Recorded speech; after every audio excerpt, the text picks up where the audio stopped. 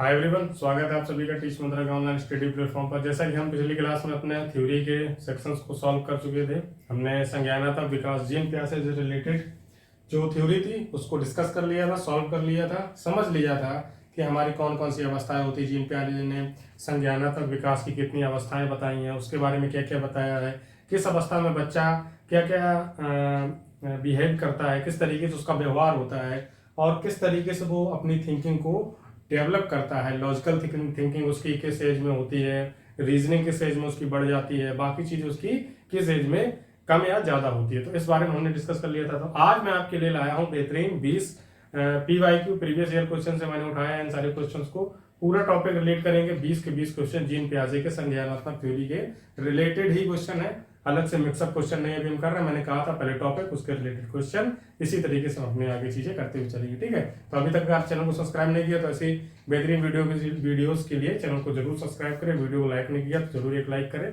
और इस वीडियो को शेयर करें ज्यादा से ज्यादा। ठीक है, तो जैसा कि आप देख रहे होंगे कि कॉग्निटिव डेवलपमेंट, संज्ञानात्मक विकास, जीन प्याजे से रिलेटेड जो आपके क्वेश्चंस हैं, आप ये मत सोचना कि मैं इधर ना देख के इधर क्यों देख रहा हूँ। तो ऐसा होता है ना कि ये जो PPT होता है उसका बैकअप देखने के लिए इस तरफ देखना होगा तो मुझे सही सही इधर ही दिखेगा। बोर्ड में आपको दिख रहा होगा, मुझे देखने के लिए इधर ही दिखना होगा। ठीक है, तो इस चीज को थोड़ा एडजस्ट करें और मेरे को फोकस ना करके क्वेश्चन पे फोकस करें। मैं कहीं भी देखूं उससे क्या मतलब है, बाकी जब मैं एक्सप्लेन करूंगा तो आपका इतना पोर्शन मैं एक्सप्लेन करता रहूंगा। ठीक है, तो उसको मैं थोड़ा भी एक चीज सेट कर दूंगा जिससे कि आपका उधर दिखे ना। तो जैसा कि आप देख रहे हैं स्लाइड्स बाई पारुल के मैम आपकी हैं, उन्होंने ये स्लाइड्स प्रिपेयर की। कंटेंट इसमें जो है उनके द्वारा प्रोवाइड करवाया गया है और कंपाइल जो हमारी टीम ने किया है। तो एज अ टीम हम लोग वर्क करते हैं। तो पारुल मैम के लिए थैंक बोले सभी लोग, सभी अगर चाहें तो कमेंट बॉक्स में थैंक बोल दे। ठीक है, और थैंक्स फॉर स्लाइड्स कंटेंट, उनको स्लाइड्स कंटेंट्स अवेलेबल करवाने के लिए वेरी वेरी थैंक यू। तो डिस्कस मैं करूंगा क्वेश्चंस। आपके जो कंटेंट आता है, कंटेंट कहीं से भी आ सकता है, हमारी टीम है क्योंकि मेरे पास बहुत सारे और भी वर्क काम होते हैं, लेकिन फिल्टर होकर कंटेंट मेरे पहले कंटेंट मेरे पास आएगा, मैं उसको देखूंगा तभी आपको क्वेश्चन सॉल्व करवाए जाएंगे। ठीक है, वो किसी भी सब्जेक्ट पे हो। As a last thing approval मेरे पास से ही होके जाएगा। कोई भी PDF आपको मिलती है, कोई भी नोट्स, कोई भी क्लास, कोई भी चीज है, तो जब तक वो मेरे पास से होकर नहीं निकलती है तब तक आप तक नहीं पहुंचेगी। जब तक रिकॉर्डेड फॉर्म में चीजें हो रही तब तक। बाकी लाइव क्लासेस के लिए मैं जिम्मेदार है, टीच मंत्रा टीम आपके लिए जिम्मेदार है, बिल्कुल क्यों नहीं जिम्मेदार है। तो लाइव क्लासेस भी आपको प्रॉपरली ऐसे ही मिलेंगी जैसे हम लोग आपको रिकॉर्डेड फॉर्म में भी क्लासेस दे रहे हैं। थोड़ा सब गौर कर लें, 10 से 15 दिनों का सारी चीजें बिल्कुल सेटल है, पूरा जी जान से हम लोग लाइव क्लासेस करेंगे। ठीक है, तो चलते हैं हम आज आपके अपने पहले क्वेश्चन पे। तो मैं जरा एक सेकंड जरा वेट करें, मैं थोड़ा यहाँ पे सेट कर देता हूँ कि जिससे कि आपको चीजें दिखती रहे प्रॉपर वे में। ऐसे यहाँ तक हम कर सकते हैं। ओके, नाउ यहाँ तक। Okay, yes yes yes, very good. हाँ, तो यहाँ तक हम अपना चीजें देख सकते हैं, हमें सब कुछ साफ साफ दिखाई देगा। ठीक है, यहाँ पे हम चीजें डिस्कस कर पाएंगे। तो चलते हैं अपना स्लाइड पे, स्लाइड को देखेंगे। तो हमारा जो पहला क्वेश्चन है वो आपको दिख रहा होगा आपकी स्क्रीन पे। वह अवस्था जब बच्चा तार्किक रूप से वस्तुओं व घटनाओं के विषय में चिंतन प्रारंभ करता है। द स्टेज, आज इंग्लिश में भी आप क्वेश्चन कंपाइल किए गए, ये पारुल मैम की वजह से ही पॉसिबल हो पाया है। उन्होंने जो कंटेंट बनाया है बोथ हिंदी एंड इंग्लिश में प्रोवाइड करवाया है। पिछली बार था कंटेंट मैंने पर्सनली अवेलेबल किया था, मैंने खुद टाइप किया था। टाइप तो टीम ही करती है या फिर मैं करूँ। मैंने ये बोला भी है कि मैं अपना कंटेंट खुद ही टाइप करता हूँ, लेकिन कंटेंट को इंग्लिश हिंदी में कंपाइलिंग का जो बात आती है कि सेम क्वेश्चन आपका हिंदी में भी होता है, इंग्लिश में भी होता है। तो है तो प्रीवियस ईयर क्वेश्चन ही, तो इंग्लिश में भी मिल जाता है, हिंदी में भी मिल जाएगा। लिए तो मैंने भी क्वेश्चन कहीं से होंगे, लिए तो मैम ने भी कहीं से होंगे, लेकिन जो इसका कंपाइलिंग का होता है कहीं कहीं पे जो वर्ड होते हैं वो आपके मिस्टेक्स होते हैं, तो उनको ठीक करना, बाद में उसको रिटन फॉर्म में देना, लिखना। ज़्यादातर क्वेश्चन मटेरियल है वो आपका हिंदी में ही अवेलेबल है, इंग्लिश में इतना ज़्यादा मटेरियल अवेलेबल है नहीं। ठीक है, तो उनका थैंक्स बोले कि आपका आज के क्वेश्चन आपको हिंदी और इंग्लिश दोनों में मिल रहे हैं। ठीक है, तो और मैं भी मैम का थैंक्स बोलना चाहता हूँ कि वो हमारी टीम से जुड़ी हैं और इतना मेहनत उन्होंने फर्स्ट अटेम्प्ट से इतना मेहनत स्टार्ट की है। ठीक है, तो पहला क्वेश्चन, मैं क्वेश्चन पे आते हैं उसको डिस्कस करते हैं, बाकी फिर आपकी आगे की बातें हैं मैम से आपको मिलवाया जाएगा। तो वह अवस्था जब बच्चा तार्किक रूप से वस्तुओं व घटनाओं के विषय में चिंतन प्रारंभ करता है। The stage when the child start thinking about objects and events logically. अब इंग्लिश में ये होता है कि हिंदी में वो चीज आपको उतना लेवल पे समझ में नहीं आती है। वो होता क्या है कि जैसे आप देख रहे होंगे यहाँ पे कि वह अवस्था जब बच्चा तार्किक रूप से वस्तुओं व घटनाओं के विषय में चिंतन प्रारंभ कर देता है। अब इसमें लिखा है thinking about objects and events logically. Logically मतलब ऑब्जेक्ट जो होते हैं और जो इवेंट उसके चारों तरफ की घटनाएं हो रही हैं उनके बारे में रीजनिंग लगाना, तर्क लगाना प्रारंभ कर देता है। तो इसमें आपका कौन सा ऑप्शन सही हो सकता है? पहला आपका दिया है प्री ऑपरेटिव। देखो ऑपरेटिव भी लिखा है, सही है, संक्रियात्मक होता है, ऑपरेटिव भी बोल देते हैं। प्री कन्वेंशनल भी मैंने बताया था, तो इंग्लिश में आप कंफ्यूज मत हो, ठीक है, बिल्कुल सही लिखा है, गलत नहीं लिखा है। मूर्त संक्रियात्मक आपका टेंगिबल लिखा है, इनएक्टिव लिखा है, हमने थोड़ा हार्ड इंग्लिश डाल दी है इसमें। टेंगिबल लिख दिया है, इनएक्टिव लिख दिया है, तो यहाँ इसको फॉर्मल हम बोलेंगे, कॉन्क्रीट ही बोलेंगे, ठीक है, कॉन्क्रीट मैंने बताया तो कॉन्क्रीट ही बोलेंगे, ठीक है। सी नंबर दिया है आपका, सी नंबर यहाँ पे बताया सेंसरी मोटर से रिलेटेड है, तो यहाँ पे लिख दिया सेंसरी स्टिमुलस स्टेट। और चौथा आपका दिया है फॉर्मल फंक्शनल, तो फॉर्मल फंक्शनल वही है, संक्रियात्मक आपका बोल देते हैं। तो इंग्लिश का यही डिफरेंस हो जाता है कि आपका इंग्लिश कहीं पे कहीं लिख रखी है, दूसरी लिख देते हैं, कहीं दूसरी लिख देते हैं, लेकिन जो मैंने आपका बताया था आप इंग्लिश वही रखें, कोई दिक्कत नहीं है, मैं बोल दे रहा हूँ। जैसे पूर्व संक्रियात्मक प्री कन्वेंशनल हो गया, मूल संक्रियात्मक कंक्रीट हो गया, आपका संवेदी प्री सेंसरी हो गया, ठीक है, मतलब सेंसरी मोटर हो गया, सॉरी प्री सेंसरी नहीं, सेंसरी मोटर। डी आपका औपचारिक हो गया, जिसको हमने फॉर्मल बोला था, फॉर्मल कन्वेंशनल स्टेज, ठीक है। तो चारों स्टेज ये हो गई। अब हमने क्या पढ़ा था कि बच्चा लॉजिकली कब सोचना प्रारंभ करता है, तो जैसा कि हमने डिस्कस कर लिया था कि आपकी 4 स्टेज होती हैं SPCF, ठीक है, 0 से 2, 2 से 7, 7 से 11, 11 से 18। तो सेंसरी हो गया, टच करेगा बच्चा, यहाँ पे टच कर रहा है, ठीक है, यहाँ पे लॉजिकली सोच रहा था, यहाँ पे रीजनिंग एडवांस हो रही थी।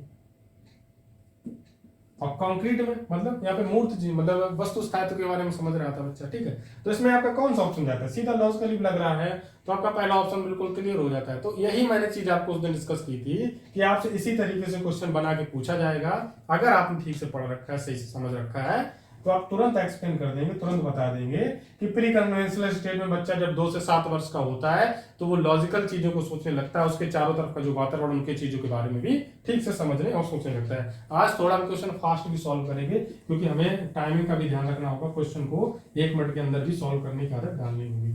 थ्योरी में मैं आपको पढ़ा ही देता हूँ, तो यहाँ पे एक्सप्लेन उतना ही मैं करूंगा जितना हो सकता है, ज्यादा एक्सप्लेन भी नहीं करूंगा। जिन बच्चों को लगता है अगर वो पहली बार वीडियो देखने से MCQ, कुछ बच्चे होते हैं MCQ वीडियो देखते हैं, तो जाए पहले थ्योरी क्लास देंगे, थ्योरी में भी देखना बुरा नहीं है, वहाँ पे मैंने फालतू की चीजें नहीं बता रखी, जो मेन पॉइंट्स है उन्हीं को बता रखा है। 1 घंटे क्लास है, वो चाहता मैं 3 घंटे भी कर दूं, उसके 3 पार्ट बना दूं 1 घंटे के, लेकिन नहीं, 1 घंटे में आपको सब कुछ पढ़ा दिया उस क्लास में, ताकि आपकी उसमें घाटा ना हो, आपका फायदा ही रहे, ठीक है।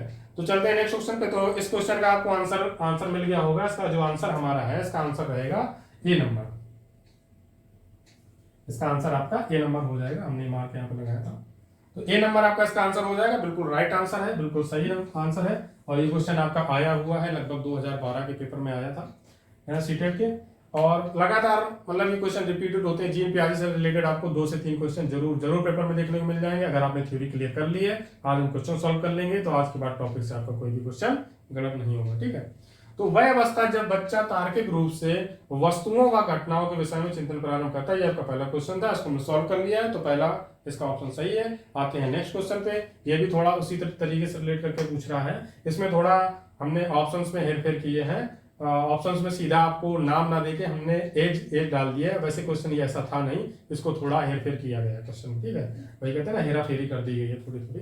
तो प्याजे के अनुसार जीन प्याजे जो है, निम्नलिखित में से कौन सी अवस्था में बच्चा अमूर्त संकल्पनाओं के विषय में तार्किक चिंतन करना प्रारंभ करता है? वैसे तो अमूर्त संकल्पनाओं के बारे में डायरेक्ट ही उसने बोल दिया है, तो फॉर्मल की बात ही कर रहा है। तो फॉर्मल आपका किस में आता है? फॉर्मल आपका डायरेक्ट आता है 11 से 18 वर्ष के अंदर, तो इसमें डायरेक्ट ही आपका ऑप्शन सही हो जाता है, ऑप्शन नंबर डी बिल्कुल राइट आंसर हो जाता है, जो कि बोल रहा है 11 से 18 वर्ष तक की अवस्था में बच्चा तार्किक चिंतन करना प्रारंभ कर देता है अमूर्त संकल्पनाओं के बारे में, मतलब एब्स्ट्रैक्ट कॉन्सेप्ट जो उसके होते हैं। जैसा कि हमने बोला था कि फॉर्मल स्टेज जब होती है बच्चे की कॉग्निटिव डेवलपमेंट में, तो उसकी जो एब्स्ट्रैक्ट थिंकिंग होती है वो बढ़ जाती है, उसको हम अमूर्त संकल्पनाएं बोलते हैं, उसकी एब्स्ट्रैक्ट थिंकिंग है बच्चे की बढ़ जाती है, उसी के बारे में यहाँ पे पूछा भी था और हमारा ऑप्शन बिल्कुल सही हो जाता है।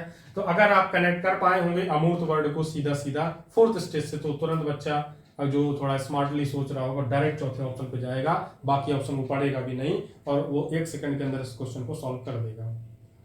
अगला आते हैं, पियाजे के अनुसार विकास की पहली अवस्था जन्म से लगभग 2 वर्ष तक होती है। बिल्कुल सही है, दे रखा क्वेश्चन में भी दे रखा है। इसके बाद आगे क्या बोल रहा है, पढ़े क्वेश्चन को, ऑप्शन लगाने की कोशिश करें। आपको मैं 5 सेकंड का 10 सेकंड का टाइम देता हूं, मैं भी क्वेश्चन साथ साथ में पढ़ रहा हूं। पियाजे के अनुसार किस विकास की पहली अवस्था जन्म से लगभग 2 वर्ष आयु तक के दौरान बच्चा सबसे बेहतर सीखता है। सबसे बेहतर सीखता है। According to Piaget, during the first stage of development, from birth to about 2 years of age, a child learns based in भाषा के नए अर्जित ज्ञान के अनुप्रयोग द्वारा, इंद्रियों के प्रयोग द्वारा, निष्क्रिय शब्दों के को समझने के द्वारा, अमूर्त तरीके के द्वारा। तो by application of the newly acquired knowledge of the language, by the use of senses, by understanding passive words और थ्रू कॉन्सेप्चुअल इन ए एब्स्ट्रैक्ट वे। कॉन्सेप्चुअल भी लिखा है, कंटेम्पलेशन भी लिख सकते हो, कोई दिक्कत नहीं, वो भी दोनों राइट आंसर होंगे। तो अकॉर्डिंग टू द पियाजे, during the first stage of development from birth to about 2 years, a child learns based in, मतलब किस तरीके से सबसे बेहतर तरीके से सीखता है। तो बेटा सीधा सीधा बोल रहा है, सेंसरी मोटर की बात कर रहा है। तो सेंसरी मोटर में क्या बोला है, सीधा सीधा आपका ऑप्शन हो जाएगा, बच्चा टच करेगा, सेंस करेगा, बच्चों चीजों को महसूस करेगा, अपने आसपास की चीजों को महसूस करता है, रिएक्ट भी करता है, बोल भले नहीं पाता है क्योंकि लैंग्वेज का डेवलपमेंट उस वक्त तक हो नहीं पाता है, शब्द निर्माण हो नहीं पाता है, जो कि बच्चे की सेकेंड स्टेज से स्टार्ट होते हैं, जो कि आपकी प्री कन्वेंशनल पूर्व संक्रियात्मक अवस्था होती है, वहां से। ठीक है, तो सबने लग रहा ना कितना इजी है, इजी बनाया गया है तब इजी है। अगर आपने दोनों क्लासेस देखी होंगी तो मैं 99% कह रहा हूँ 20 में से 20 क्वेश्चन आप सही लगाएंगे, इसकी गारंटी मैं लेता हूँ और इजी हमें लगेगा। तो बेटा कौन सा इसमें ऑप्शन सही होगा, हमारा सीधा सा ऑप्शन है। क्या बोल रहा है, फ्रॉम सेंसेस बोल रहा है ना, the use of senses, option number B. Option number B आपका बिल्कुल राइट आंसर हो जाएगा। यूज ऑफ सेंसेस के द्वारा बच्चा ज्यादा तरीके से अच्छे तरीके से सीखता है। किस स्टेज में सीखता है, आपका सेंसरी मोटर स्टेज में। सेंसरी मोटर स्टेज आपकी कब से कब तक होती है, 0 से 2 वर्ष तक होती है, 0 to 2 years होती है। सारी चीज का रिवीजन भी हो गया। चलते हैं नेक्स्ट क्वेश्चन पे, समझ में आ गया होगा। अगला क्वेश्चन पूछ रहा है, पियाजे के संज्ञानात्मक विकास के चरणों के अनुसार इंद्रिय गामक अवस्था किसके साथ संबंधित है। बिल्कुल सेम क्वेश्चन है पिछले क्वेश्चन वाला। देखें ऑप्शन क्या दे रखा है, ऑप्शन को देखें, आंसर करने की कोशिश करें, फिर एक्सप्लेन तो मैं करूंगा आपको। पियाजे के संज्ञानात्मक विकास के चरणों के अनुसार इंद्रिय गामक अवस्था किसके साथ संबंधित है। According to Piaget's stage of cognitive development, the sensory motor stage is related with. तो पहला आपका ऑप्शन दे रहा है तार्किक रूप से संयम समाधान की योग्यता, प्रॉब्लम सॉल्विंग की बात कर रहा है। दूसरा आपका बोल रहा है विकल्पों के निर्वाचन और विश्लेषण करने की योग्यता, सामाजिक मुद्दों से सरोकार की बात कर रहा है, अनुकरण, स्मृति और मानसिक निरूपण। समझ रहे हैं ना। पहला आपका ऑप्शन इंग्लिश में अगर पढ़े, ability to solve doubts logically, इसके बारे में तो शायद मुझे नहीं बोल सकते। इंद्रिय गामक की अवस्था की बात कर रहा है, मतलब आपकी पहला तो आपके दिमाग में यही जाना चाहिए कि सेंसरी मोटर की बात कर रहा है। बाकी 3 स्टेज आपके दिमाग से तुरंत डिलीट हो जाना चाहिए जब आप ये क्वेश्चन सॉल्व कर रहे होंगे। अब सेंसरी मोटर में सीधा आता है 0 से 2 वर्ष। 0 से 2 वर्ष में हमारे मेन पॉइंट का है क्या है, टच करेगा बच्चा, सेंस करेगा, एक्वायर करेगा चीजों को। ठीक है, टच करेगा, सेंस करेगा, एक्वायर करेगा, और भी चीजें हैं आपकी वो करता है, वो करेगा बच्चा, मतलब सारी चीजों को समझेगा। लेकिन उसके जो रिएक्शन उसका होगा, reaction fit to the point होगा, बिल्कुल एग्जैक्ट पॉइंट पे होगा। ज्यादा उसमें हेर फेर वो नहीं कर सकता है क्योंकि उसके पास नॉलेज उतनी होती नहीं है, उतना ज्ञान उसके पास अर्जित होता नहीं है। वो एग्जैक्ट रिएक्ट करता है। अगर उसने कोई चीज छू ली तो एग्जैक्ट रिएक्ट करेगा, अगर उसको भूख लगी है तो रोने लगेगा। उसका जो रिएक्शन होता है टू द पॉइंट, मतलब सडन रिएक्शन होता है, उसी को हम बोल देते हैं इंद्रिय गामक अवस्था बोलते हैं। ठीक है, इसी चीज को। तो इसमें आपका बी ऑप्शन बोल रहा है ability to select and analyse alternatives. कुछ हो सकता है नहीं हो रहा, लेकिन फिर भी फिट नहीं बैठ रहा है। कंसर्न्स विद सोशल इश्यूज, ये तो बिल्कुल बाहर चला जा रहा है। क्योंकि जीन पियाजे ने सोशल इश्यूज के बारे में बात ही नहीं की है, तो ये आपका डायरेक्ट ही आउट हो जाएगा, ऑप्शन बिल्कुल खत्म हो जाएगा, इसके बारे में तो बात कर ही नहीं सकते हैं। डी ऑप्शन आपका लग रहा है, स्टिमुलस के बारे में बात कर रहा है, मेमोरी के बारे में बात कर रहा है, एंड मेंटल रिप्रेजेंटेशन के बारे में बात कर रहा है। बिल्कुल आपका ऑप्शन सही जाता है कि बच्चा चीजें समझता है। अगर उसने कोई चीज देख ली थी कि मेरा जो दूध का बॉटल है जिससे वो दूध पीता है बच्चा, उसके मेमोरी में वो सेव है। अब अगर उसको दूध की बोतल वो नहीं मिलेगी तो वो और किसी चीज से दूध नहीं पी सकता, वो उसी दूध की बोतल से दूध पिएगा। तो इसका मेमोराइजेशन से हो जाता है। स्टिमुलस का क्या हो जाएगा, मतलब वो अनुकरण करता है चीजों। अगर उसकी मम्मी ने फोन में कुछ एक्टिविटी की या किसी के बाल पकड़ दिया, कुछ भी कोई ऐसी एक्टिविटी की जो उसको पसंद आई, तो वो भी उस एक्टिविटी को फॉलो करेगा। इसको कह देते हैं हम स्टिमुलस रिएक्शन, उद्दीपन अनुक्रिया भी बोलते हैं, जैसे कि आपका इंग्लिश में लिख रखा है अनुकरण मतलब अनुकरण। यहाँ पे इंग्लिश में से स्टिमुलस लिखनी नहीं चाहिए थी, अनुकरण ही लिखना चाहिए था। अनुकरण का आपका हो जाता है कॉपी करना, मतलब इनएक्टिव, मतलब बोलते हैं कॉपी करना भी बोल सकते हैं। कॉपी करना यहाँ पे वर्ड ठीक नहीं लगता, लेकिन अनुकरण का एक आपका और हो जाता है, मुझे अभी वो वर्ड याद नहीं, तो स्टिमुलस यूज करते हैं, ठीक है। तो अनुकरण स्टिमुलस करना, और आपका स्मृति हो गया, मेमोरी से रिलेटेड हो गया। मेमोराइजेशन तो करता है बच्चा, लेकिन उसको चीजें वो अनुकरण करके जितनी भी चीजें दिमाग में सेव हो सकती है, उनके जो चित्र होते हैं उनको सेव करके रखता है। बाकी जो उसके वर्ड उससे बोला जाता है वो सब चीजें वो सेव करके नहीं रख पाता है। और मेंटल रिप्रेजेंटेशन मतलब मानसिक निरूपण, उसके मेमोराइजेशन में पजल चीजें होती हैं जो कि चेंज होती रहती हैं। अगर उसने डे 1 में कुछ चीजें सीख रखी हैं, डे 1 में बहुत सारी चीजें उसने सीखी, तो अगले दिन अगले डे में जाके वो चीजें उसकी ट्रांसफर होंगी और उसमें चेंजमेंट्स आ जाएंगे, तो उसको कह देते हैं मेंटल रिप्रेजेंटेशन। पुराने नॉलेज से अगली नॉलेज में, जिसको स्कीमा निर्माण भी बोलते हैं, तो उसमें कुछ भी चेंजमेंट्स वो करेगा, ठीक है। तो ये इन सब चीजों के आधार पर हमारा कौन सा ऑप्शन बिल्कुल सही बैठ रहा है, आप समझ गए होंगे अब तक। तो चौथा ऑप्शन आपका बिल्कुल सही बैठ रहा है, डी ऑप्शन, जिसमें बोल रखा है स्टिमुलस अनुकरण की बात कर रहा है, स्मृति और मानसिक निरूपण की बात कर रहा है। तार्किक रूप से तो सोच ही नहीं सकता, क्योंकि प्री कन्वेंशनल में सोचता है, विकल्पों के निर्वाचन और विश्लेषण करने की योग्यता उसकी आती है, आपका फॉर्मल स्टेज में पहुंच जाएगा। सी सामाजिक मुद्दे, तो सामाजिक की बात जीन पियाजे की नहीं है। अगर आपने 3 ऑप्शन खुद ही डिलीट कर दिया तो चौथा तो ऑटोमेटिक राइट हो ही गया। जो बच्चा स्मार्ट होगा ऐसे भी कर लेगा, और अगर आपको पता है तो 3 देखेंगे भी नहीं, चौथा तब भी लगा देंगे, ठीक है, तब भी सही हो जाएगा। तो अगला क्वेश्चन आता है 5th नंबर क्वेश्चन हमारा क्या है, पियाजे के अनुसार संज्ञानात्मक विकास के किस चरण में बच्चा वस्तु स्थायित्व, बहुत ही मोस्ट इंपॉर्टेंट क्वेश्चन है आपका, वस्तु स्थायित्व को प्रदर्शित करता है।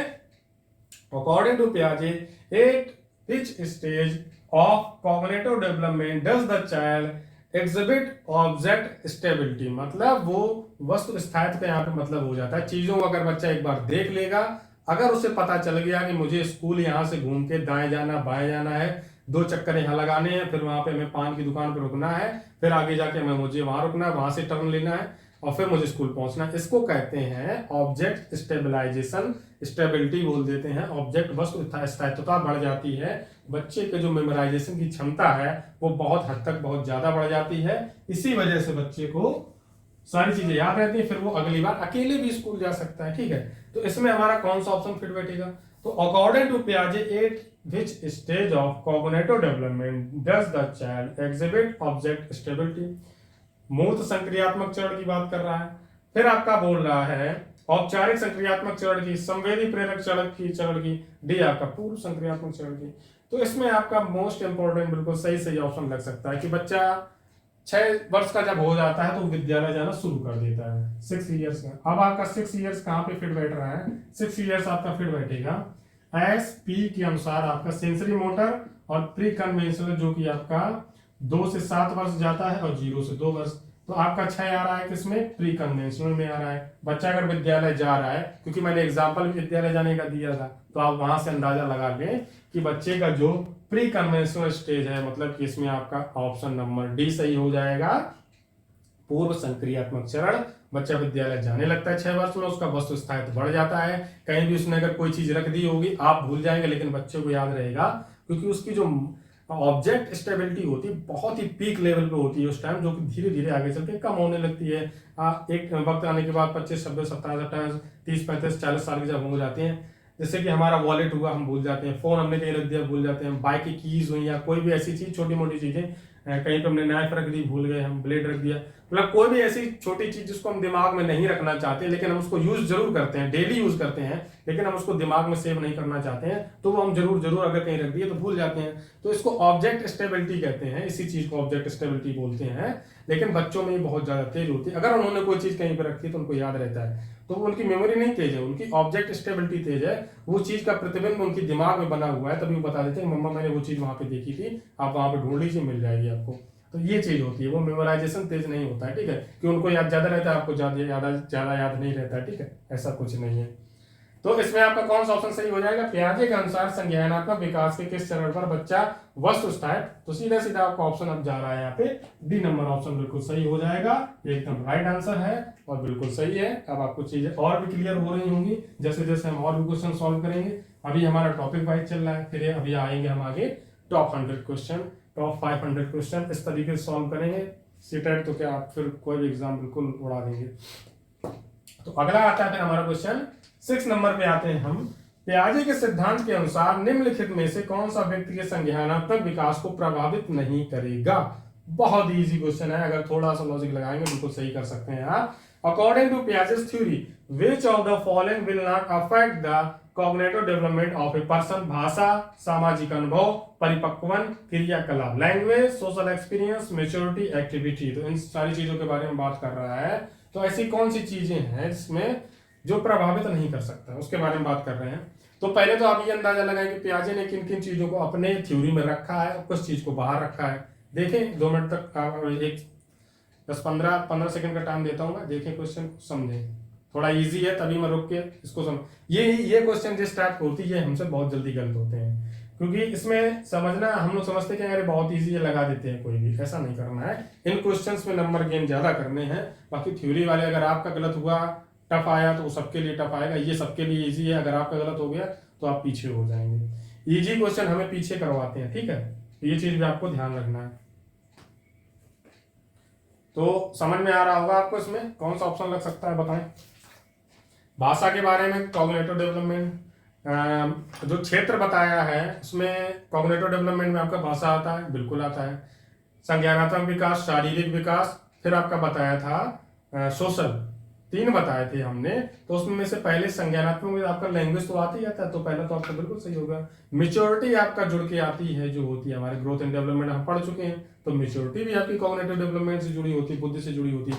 क्रियाकलाप, एक्टिविटी तो हम करेंगे तभी हमारी लर्निंग बढ़ेगी, तभी हमारा कॉग्निटिव डेवलपमेंट मतलब मानसिक विकास भी होगा। तो बेटा क्या ही है इसमें, क्या बचा? सामाजिक अनुभव, सोशल एक्सपीरियंस हमारे काम नहीं आते हैं कि संज्ञानात्मक हमारी मेंटल एबिलिटी को वो अच्छा कर सकें। हम एक एग्जांपल मैं देता हूं आपको।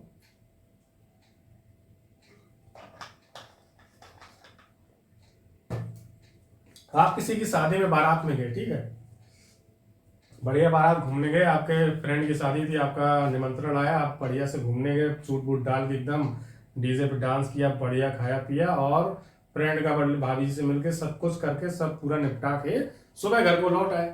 तो ये आपका सोशल एक्सपीरियंस है। आप वहां गए, आपने सब कुछ देखा, सब कुछ एंजॉयमेंट किया, फ्रेंड से मिले, काफी दिनों बाद मिलना हुआ, अब आपकी जॉब लग चुकी थी तो बहुत दिनों बाद मिले, सब फ्रेंड से मिलके प्लान बनाया था कि हमारे उस मित्र की शादी है तो सभी लोग मिलके चलेंगे, वहां पे एंजॉयमेंट हो जाएगा।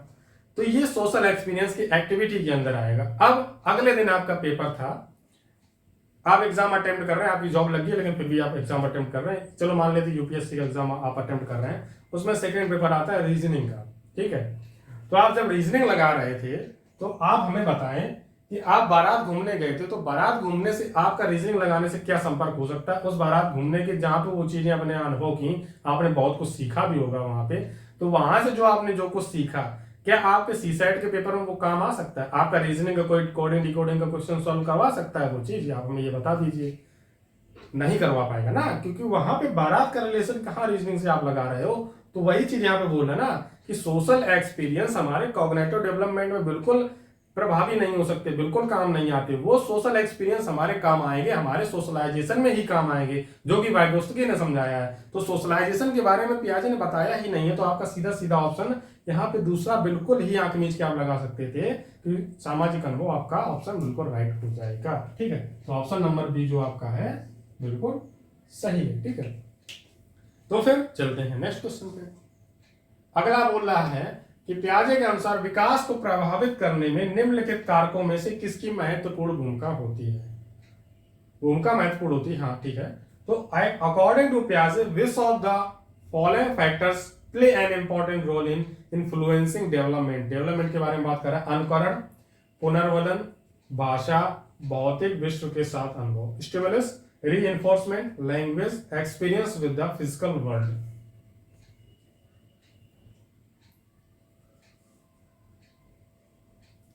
विकास को प्रभावित करने वाली कारक बोल रहा है यहाँ पे, ठीक है, ये भी ध्यान रखें।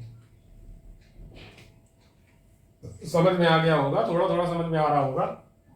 भाषा प्रभावित नहीं करेगी, विकास को उतना प्रभावित नहीं करती है, किसी हद तक प्रभावित कर भी सकती है, लेकिन यहाँ पे सबसे आपका बेस्ट एप्रोप्रिएट आंसर जो हो सकता है वो आपका आंसर जाएगा पुनर्वलन, क्योंकि जो थॉर्नडाइक थे उन्होंने पुनर्वलन के बारे में बताया था।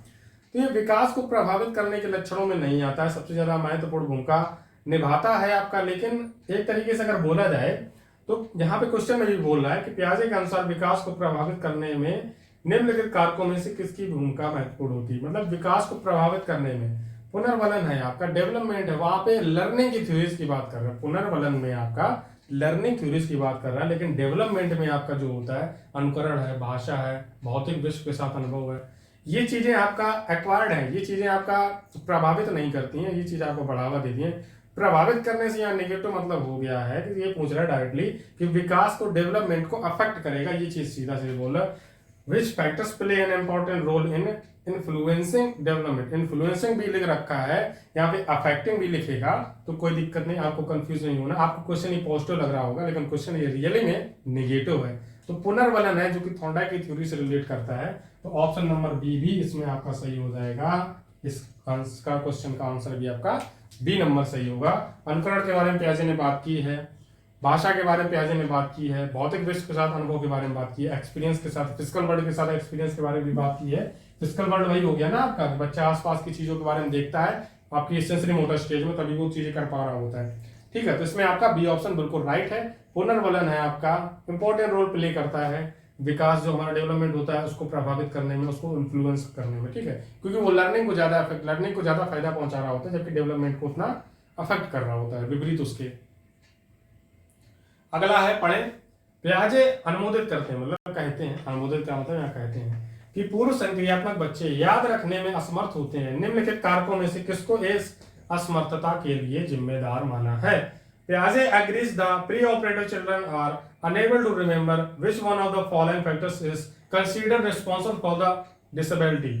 उच्च स्तर की अमूर्त तार्किकता की कमी, परिकल्पित निगमनात्मक तार्किकता की अयोग्यता, कितना टफ हिंदी है, व्यक्तिगत कल्पित तत्व, विचार की अपलटाव। मुझे भी उस दिन हिंदी पढ़ने में काफी टफ हो रहा था, तभी मैंने इंग्लिश इंक्लूड करवाई है, इसी वजह से मैम से मैंने बोला था इंग्लिश भी इंक्लूड करें आप, क्योंकि एज इंग्लिश ज़्यादा फैक्चुअल आसानी होती है। मैं ये नहीं कह रहा हूँ कि हिंदी वाले जो हिंदी भाषी छात्र हैं वो मेहनत नहीं करते हैं, आप भी बहुत मेहनत करते हैं, बहुत ज़्यादा। इंग्लिश जो बच्चे पढ़ते हैं उनसे आप, उनकी अपेक्षा बहुत ज़्यादा मेहनत करते हैं, क्योंकि हिंदी के ऐसे वर्ड हैं कुछ जिनको समझना ही मुश्किल नहीं नामुमकिन है। आप डिफरेंस नहीं निकाल सकते हो सेम वर्ड में, आप कितना भी याद कर लो, कितनी भी थ्योरी पढ़ लो। मुझे आज तक अपसारी में अंतर नहीं पता चल पाता है, मैं भूल जाता हूँ, लेकिन कन्वर्जेंट डाइवर्जेंट में थिंकिंग मुझे पता रहता है। तो ये चीज मैं भी बोलता हूँ, आपसे एक्सेप्ट करता हूँ, गलतियां सबसे होती हैं, लेकिन उस चीज को आप हैंडल कैसे करते हैं ये आप पे डिपेंड करता है। तो क्वेश्चन पढ़ लिया होगा आपने, देखें आंसर कौन सा इसमें हो सकता है।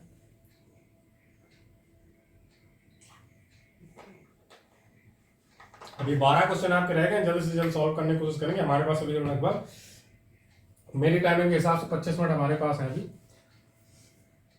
तो दिख रहा होगा आपको यहाँ पे क्वेश्चन, तो उसमें बोल रहा है आपका पहला ऑप्शन बोल रहा है कि उच्च स्तर की अमूर्त तार्किकता की कमी, lack of high level of abstract reasoning.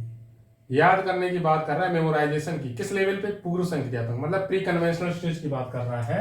हम बात कर चुके थे SPCF 4 होती है। उस दिन मैंने तभी आपको शॉर्ट फॉर्म बताया था, पहले मैंने पूरा समझाया, फिर उसको शॉर्ट किया, फिर और शॉर्ट किया, फिर और शॉर्ट किया। तो आज देखो आसानी से लिख देते हैं, आसानी से लिख पा रहे हैं, आपको भी समझ में आ रहा होगा कि सर यहाँ पे बार बार क्या लिख देते हैं, SPCF क्या होता है? तो SPCF आपका होता है, पहला हो जाता है आपका सेंसरी मोटर स्टेज, दूसरा हो जाता है आपका प्री कन्वेंशनल स्टेज, और तीसरा हो जाता है आपका कॉन्क्रीट, ठीक है, और चौथा हो जाता है आपका फॉर्मल। इन्हीं 4 स्टेजेस के बारे में जीन पियाजे ने बताया था। समझ में आ रहा होगा।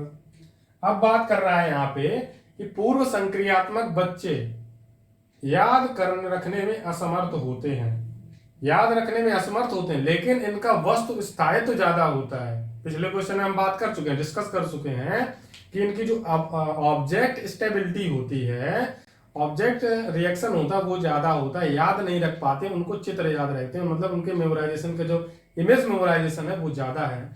तो उसी चीज को बोल रहा है यहाँ पे।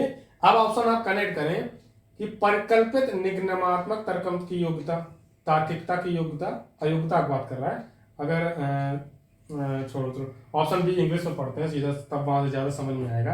Hypothesis inability in to deductive reasoning, deductive reasoning की बात कर रहा है, मतलब आपका हो गया डिडक्टिव रीजनिंग को बोलते हैं हम लोग रूल टू एग्जाम्पल।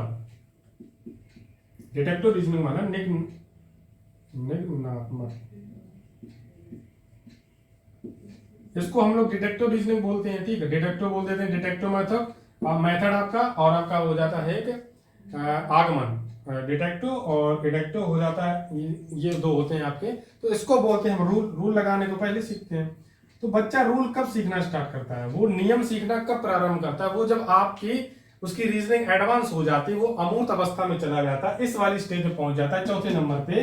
अभी तो बच्चा हमारे यहाँ दूसरे नंबर पे, क्वेश्चन हमारा दूसरे नंबर का है, लेकिन जो हमारा दूसरा ऑप्शन है वो हमारा चौथे नंबर से रिलेट कर रहा है, तो तुरंत डिलीट करें, इसको हटा दें। व्यक्तिगत कल्पित तत्व, तो यहाँ पे पर्सनल एबिलिटी की बात ही नहीं कर सकते हम, पर्सनल फिक्शन की तो बिल्कुल बात नहीं कर सकते, क्योंकि जीन पियाजे ने बताया ही नहीं है इंडिविजुअल डिफरेंस, बाकी चीजों के बारे में, इंडिविजुअल के बारे में बात ही नहीं की है उन्होंने, पर्सनैलिटी पर्सनल चीजों के बारे में बात ही नहीं की है, तो यहाँ पे तुरंत इसको डिलीट कर दें। Irreversibility of thought can not change, तो यहाँ पे इनरिवर्सिबिलिटी की बात कहाँ कर रहा है, इनरिवर्सिबिलिटी की बात यहाँ भी नहीं करता है, क्योंकि हम इनरिवर्सिबिलिटी की बात यहाँ पे करते हैं। जो आपका रिवर्सिबिलिटी होता है, आप पलटाव की बात कर रहा है, तो जो बच्चे की रिवर्सिबिलिटी बढ़ेगी वो यहाँ पे बढ़ जाती है, और जो इनरिवर्सिबिलिटी होती है वो आगे जाके बढ़ेगी, यहाँ तो बच्चा रिवर्सिबिलिटी में जा रहा होता है। जो आपका प्री कन्वेंशनल स्टेज है, यहाँ पे पलटाव की स्थिति तो आती है, अपलटाव की स्थिति, मतलब जैसे मैंने बताया था एग्जांपल आपको कि प्री कन्वेंशनल स्टेज में बच्चा 1 से 10 तक तो गिनती याद कर सकता है, लेकिन उसको रिवर्स करके नहीं पढ़ पाएगा, क्योंकि उसको याद करने में डिफरेंसेस आते हैं। लेकिन वही बच्चा जब आपका कंक्रीट मूर्त अवस्था में पहुंच जाएगा, तो बच्चा वहां पे उल्टा रीजनिंग भी कर लेगा, 1 से 10 तक पढ़ लेगा, 10 से 1 तक, मतलब उल्टा भी पढ़ लेगा, 9 8 7 6 5 4 3 2 1 ऐसे भी पढ़ लेगा, ठीक है। तो इस चीज को आपको याद रखना है। तो यहाँ से आप समझ सकते हैं कि हमारा कौन सा ऑप्शन बेस्ट बैठ रहा है। पहला ऑप्शन बिल्कुल सही पहुंच रहा है। उच्च स्तर की अमूर्त तार्किकता की कमी, यहाँ पे लैक ऑफ एडवांस रीजनिंग है, बोल रहा है ना ऑप्शन में, सीधा बोल रहा है कि लैक ऑफ एडवांस रीजनिंग जो बात कर रहा है उस पर बात कर रहा है। इस चीज को आप समझें कि लैक ऑफ एडवांस रीजनिंग है, उसके बारे में बच्चा समझा रहा है, उसके बारे में बोल रहा है, वो चीज यहाँ पे उसने समझा के बताया है क्वेश्चन में, इसी चीज को वो एक्सप्लेन कर रहा है। तो कौन सा ऑप्शन आपका सही होगा, इसमें आपका ऑप्शन नंबर ए बिल्कुल राइट आंसर है, बिल्कुल सही हो जाएगा। इसको मैं फिर से इरेज करूंगा, फिर से लिखूंगा, तो आपको भी याद हो जाएगा। आपको भी अब याद हो ही गया होगा, अब तक भी याद नहीं हुआ तो मेरे हिसाब से फिर आपको याद हो नहीं सकता है, इससे इजी हो ही नहीं सकता है याद करने का तरीका। जीन पियाजे के जो 4 स्टेजेस हैं उनको याद करने का इससे आसान तरीका नहीं हो सकता, मैं अभी आपको बता दे रहा हूँ। इसको रट लें, याद कर लें, मतलब क्वेश्चन आना ही आना है। 4 स्टेजेस है, 4 क्वेश्चन आएंगे, इतना ध्यान कर लेना। STCF 4 स्टेजेस और 4 ही क्वेश्चन, अभी लिख लें या फिर स्क्रीनशॉट ले लें, पेपर में जब आएगा पता चलेगा। पूर्व संक्रियात्मक काल में आने वाली संज्ञानात्मक योग्यता है। What is the cognitive ability that comes in the pre operational period, दूसरों के, और इतना मतलब टफ वर्ड लिख दिया हिंदी का, उसको पढ़ना भी कठिन हो रहा है, कोई दिक्कत नहीं है। हाँ, दूसरों के विचारों को समझने की योग्यता, ठीक है, अभिकल्पित निष्कर्ष, अमूर्त चिंतन योग्यता और लक्ष्य उद्दिष्ट व्यवहार की योग्यता। तो पहले में यहाँ पे दूसरे के विचार वहां पे होना चाहिए था, और दुष्चिंतकों के बारे में ऐसा लिख रखा है, दुष्चिंतकों के बारे में वो भी हो सकता है, लेकिन विचार लिखे, विचार आपको ज्यादा समझ में आ जाएगा, ठीक है। तो दूसरे के विचारों को समझने की योग्यता, अभिकल्पित निष्कर्ष, अमूर्त चिंतन योग्यता, लक्ष्य उद्दिष्ट व्यवहार की योग्यता, इंग्लिश में पढ़ते हैं ability to understand others visions, और बोल रहा है डेस्टिनेटेड कॉन्सिक्वेंसेस, कंक्लूजन, ठीक है। थोड़ा देखने में डिफरेंस हो रहा है, काफी लो स्क्रीन पे देख रहे हैं तो उसकी वजह से पढ़ने में डिफरेंसेस आ रहे हैं, तो परेशान ना हो। Abstract thinking ability, ability to target behaviour, तो इसमें कौन सी चीज हो सकती है आपकी? पूर्व संक्रियात्मक काल में आने वाली संज्ञानात्मक योग्यता है, तो इसमें आपका बोल रहा है दूसरों के विचारों को समझने की योग्यता। तो प्री कन्वेंशनल स्टेज में तो ऐसा नहीं समझा है, मैंने बोला है कि अदर्स के व्यू को बच्चा समझ सकता है। अदर्स के व्यू को बच्चा कब समझेगा? जब आप फॉर्मल पहुंच जाएगा, किशोरावस्था में बच्चा पहुंचता है, वहां से चीजें उसको और ज्यादा समझ आने लगती हैं, तो उसी हिसाब से आप बात करें कि अदर्स का जो विजन है उसको, वो जो सोशलाइजेशन की प्रवृत्ति है वो बच्चे की यहाँ से स्टार्ट तो हो जाती है, लेकिन एडवांस लेवल पे कब आती है? फॉर्मल स्टेज में, जहां पे वो दूसरों के विचार भी समझने लगता है, लेकिन उनका वो विद्रोह भी करने लगता है। अब समझेगा तभी तो विद्रोह करेगा, ये भी तो बात है। अगर आप किसी चीज के बारे में समझ ही नहीं रहे कि आपके अधिकारों का हनन हो रहा है, तो आप विद्रोह करेंगे कहां से? तो वही चीज का आप यहाँ पे एग्जाम्पल लगाएं कि फॉर्मल स्टेज में बच्चा जब पहुंचेगा 11 से 18 वर्ष की आयु में, तब उसको पता चल जाता है कि मेरे अधिकार छीने जा रहे हैं घर में, मेरे बड़े भाई को ज्यादा प्यार किया जा रहा है, मेरी छोटी बहन को ये चीजें दी जा रही हैं, फिर मेरी बड़ी बहन है उसको ज्यादा प्यार किया जा रहा है, तो वो विद्रोह करेगा। फिर पापा से लड़ेगा, मम्मी से लड़ेगा, कहेगा कि आप मुझे प्यार नहीं करते हो। ये बाकी चीजें सब घरों में होती है, इसलिए आपने फेस किया होगा, आपने खुद फेस किया होगा, जिनके सिबलिंग्स हैं वो तो बहुत अच्छे जानते होंगे। तो पहला ऑप्शन तो बिल्कुल आपका बाहर हो जा रहा है, अभिकल्पित निष्कर्ष। तो दूसरा आपका बोल रहा है डेजिग्नेटेड कंक्लूजन। डेजिग्नेटेड कंक्लूजन थोड़ा बहुत अच्छा लग रहा है, लेकिन हम ऑप्शन पहले सी पढ़ते हैं, एब्स्ट्रैक्ट थिंकिंग। तो ये भी आपका फॉर्मल में चला गया, डायरेक्ट ही पूछ रहा है ना, एब्स्ट्रैक्ट थिंकिंग सीधा सीधा दे दिया। एबिलिटी टू टारगेट बिहेवियर, लक्ष्य उद्दिष्ट व्यवहार की योग्यता, यह भी आपका फॉर्मल में जाएगा। तो इसमें जो चारों आपके, चार में से तीन ऑप्शन तो सीधा डायरेक्ट फॉर्मल में दे रखा है। एबिलिटी टू टारगेट बिहेवियर, व्यवहार के प्रति विद्रोह करना, वो भी तो आपके इसी में आएगा ना। ऑप्शन को भी समझे, उसको थोड़ा घुमा के लिख रखा है ना, उससे इसी चीज को तो आपको समझना है कि ऑप्शन को अगर आप वहां से उसका कंक्लूजन निकालना सीख गए तो बिल्कुल आसान हो जाएगा आपके लिए। दूसरा ऑप्शन जो दे रखा है अविकल्पित निष्कर्ष, मतलब डेजिग्नेटेड कंक्लूजन के बारे में बोल रहा है। हाँ बिल्कुल सही बात यहाँ पे उसने बोली है कि बच्चा जब प्री कन्वेंशनल स्टेज में होता है तो उसके जो कंक्लूजन, उसके सारांश होते हैं वो अविकल्पित होते हैं, मतलब इमेजिनेशन से इन्फ्लुएंस होते हैं। उसने पहले उन चीजों के बारे में कल्पना कर रखी होती है। मुझे उस दुकान पे मैं गया था, मैंने वहां पे कार देखी थी, मुझे उस कार को खरीदना है, मतलब खरीदना तो नहीं सोच रहा होगा वो, मुझे उस कार को लेना है, मुझे वो कार चाहिए, ये सोच रहा है, ये ऐसा समझे एग्जांपल। मैंने उस दुकान में कार देखी थी और प्री कन्वेंशनल स्टेज में बच्चा है, मतलब 2 से 7 वर्ष का बालक है, वो सोच रहा है कि मैंने उस शॉप में, मैं पापा के साथ गया था, मैंने वहां पे कार देखी थी, मुझे वो कार चाहिए, अब मैं उस कार को कैसे पा सकता हूँ? तो इसका एक रास्ता ये है, मुझे इसके लिए बहुत अच्छी प्लानिंग करनी होगी, जिसका रिजल्ट डेजिग्नेटेड कंक्लूजन होना चाहिए। तो उसने बच्चा प्लानिंग करता है, मम्मा से जाके पहले बोलता है मम्मा मैंने सारा काम कर लिया, होमवर्क, ये चीज कर दिया, वो चीज कर दिया। मम्मा और भी कोई काम बताती हैं, उसको भी बहुत अच्छे सॉल्व करते हैं, पापा कुछ भी कहते हैं तुरंत बात मान लेते हैं। ये प्लानिंग 3-4 दिन तक चलती है और चौथे दिन अन्यथा में काम कर जाती है। पापा से मम्मी से बोलते हैं मम्मी मैंने वो कार देखी थी वहां पे, मुझे पसंद है, पापा से कह दो मुझे दिलवा दे। तो मम्मी थोड़ा जाती हैं, कहती हैं हाँ हमारा बेटा इतना दिन से हेल्प कर रहा है, मदद करता है, कितना अच्छा हमारा बच्चा है। तो मम्मी थोड़ा पापा से, अब मम्मी अगर पापा से कुछ कह दे तो पापा मना क्यों कर सकते हैं? जब प्राइम मिनिस्टर सीधा वो दे रहे हैं, ऑर्डर दे रहे हैं, तो फिर होम मिनिस्टर उनकी बात ही कैसे, होम मिनिस्टर सीधा ऑर्डर दे रहे हैं तो प्राइम मिनिस्टर की क्या ही बात चलती है, फिर मानना पड़ेगा ना। तो मान लिया, कार दिलवा दी जाके। तो बच्चे का डेजिग्नेटेड कंक्लूजन क्या निकला कि अन्यथा में उसे कार वो मिल गई।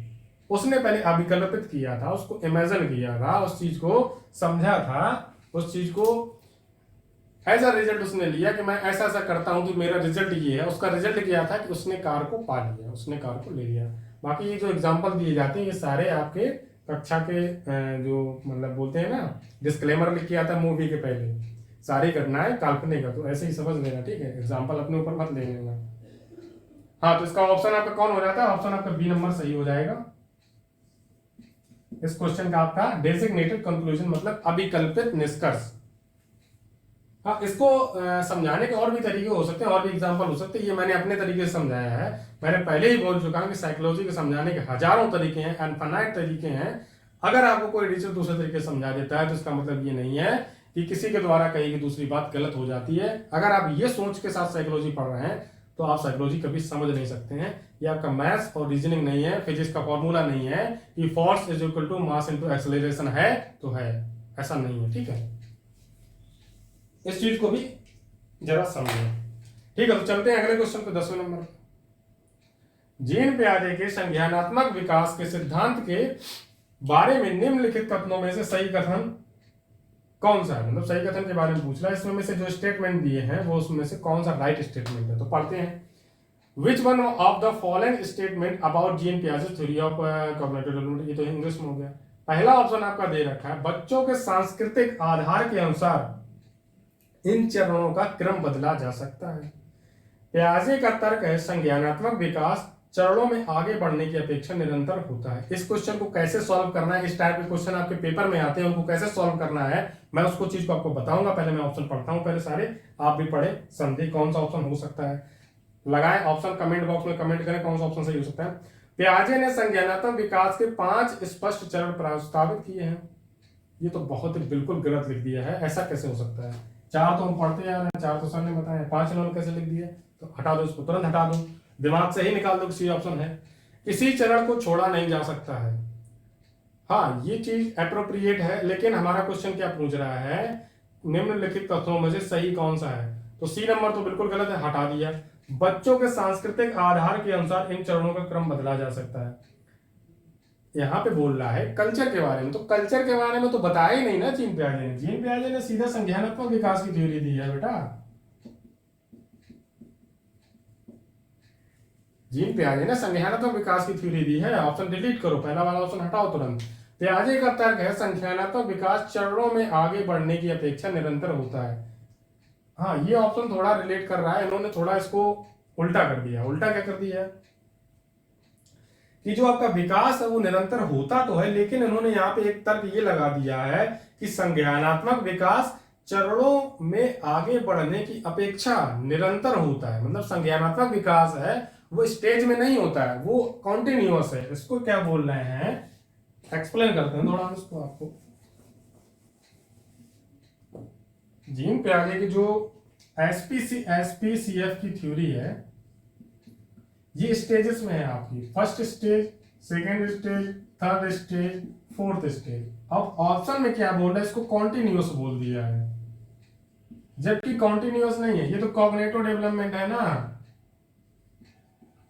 और कॉग्निटिव डेवलपमेंट हमारा किसका पार्ट है? कॉग्निटिव डेवलपमेंट हमारा पार्ट है, डेवलपमेंट का पार्ट है। डेवलपमेंट में क्या क्या आता है आपका? डेवलपमेंट में कौन कौन सी चीजें आती हैं? हमारा कॉग्निटिव डेवलपमेंट आ जाता है, एक पहलू बता दिया था। दूसरा बता दिया था फिजिकल आ जाता है। तीसरा बता दिया था सोशल आ जाता है। सोशल में आपका आ जाता है इमोशनल, इमोशनल के साथ मोरल आ जाता है। कॉग्निटिव में आपका लैंग्वेज आ जाता है। तो हमारा जब कॉग्निटिव यहाँ से निकल के बाहर आया तो हमने कॉग्निटिव के बारे में पढ़ा कि कॉग्निटिव कौन कौन सी स्टेजेस होती हैं जीन पियाजे के विचारों के आधार पर। तो हमारी 4 स्टेजेस होती हैं, SPCF, sensory motor, pre conventional, concrete, formal, 4 stage हो गई। अब ऑप्शन में क्या बोल रहा है? ऑप्शन में आपके बोल रहा है कि पियाजे का तर्क है कि संज्ञानात्मक विकास चरणों में बढ़ने की अपेक्षा निरंतर चलता है। इसको कॉन्टिन्यूअस बोल रहे हैं। इसको कॉन्टिन्यूअस क्यों बोल रहे हैं भैया? कॉन्टिन्यूअस कैसे हो सकता है? कॉन्टिन्यूअस नहीं हो सकता। ये चीज स्टेजेस में ही होगी। आपकी स्टेज में बच्चा पढ़ेगा जब जीन पियाजे ने स्टेजेस को डिवाइड कर रखा है अलग अलग एज के आधार पर, एज ग्रुप के आधार पर। हमारा जो डेवलपमेंट है ये चीज है, ये हमारा कॉन्टिन्यूअस है, ये कॉन्टिन्यूअस काम करता है। ये चीज कॉन्टिन्यूअस काम नहीं करती है, ये चीज कॉन्टिन्यूअस काम करती है। इसका पार्ट है कॉग्निटिव डेवलपमेंट, और कॉग्निटिव डेवलपमेंट हमेशा स्टेजेस में होगा, हमेशा ही स्टेजेस में काम करेगा। सोशल डेवलपमेंट होगा वो भी हमेशा स्टेजेस में काम करेगा। फिजिकल डेवलपमेंट होगा वो भी हमेशा स्टेजेस में काम करेगा। जब हम तीनों चीजों को मिला देते हैं तब उसको बोलते हैं कॉन्टिन्यूअस डेवलपमेंट। निरंतरता हमारे विकास में, हमेशा हमारा जो निरंतर विकास होता रहता है, तब उसको हम बोल देते हैं continuous development of a human. उस चीज को आप समझें, ठीक है?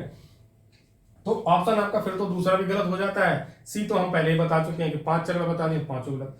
अब आपका हो जाता है किसी चरण को छोड़ा नहीं जा सकता। बिल्कुल सही बात है।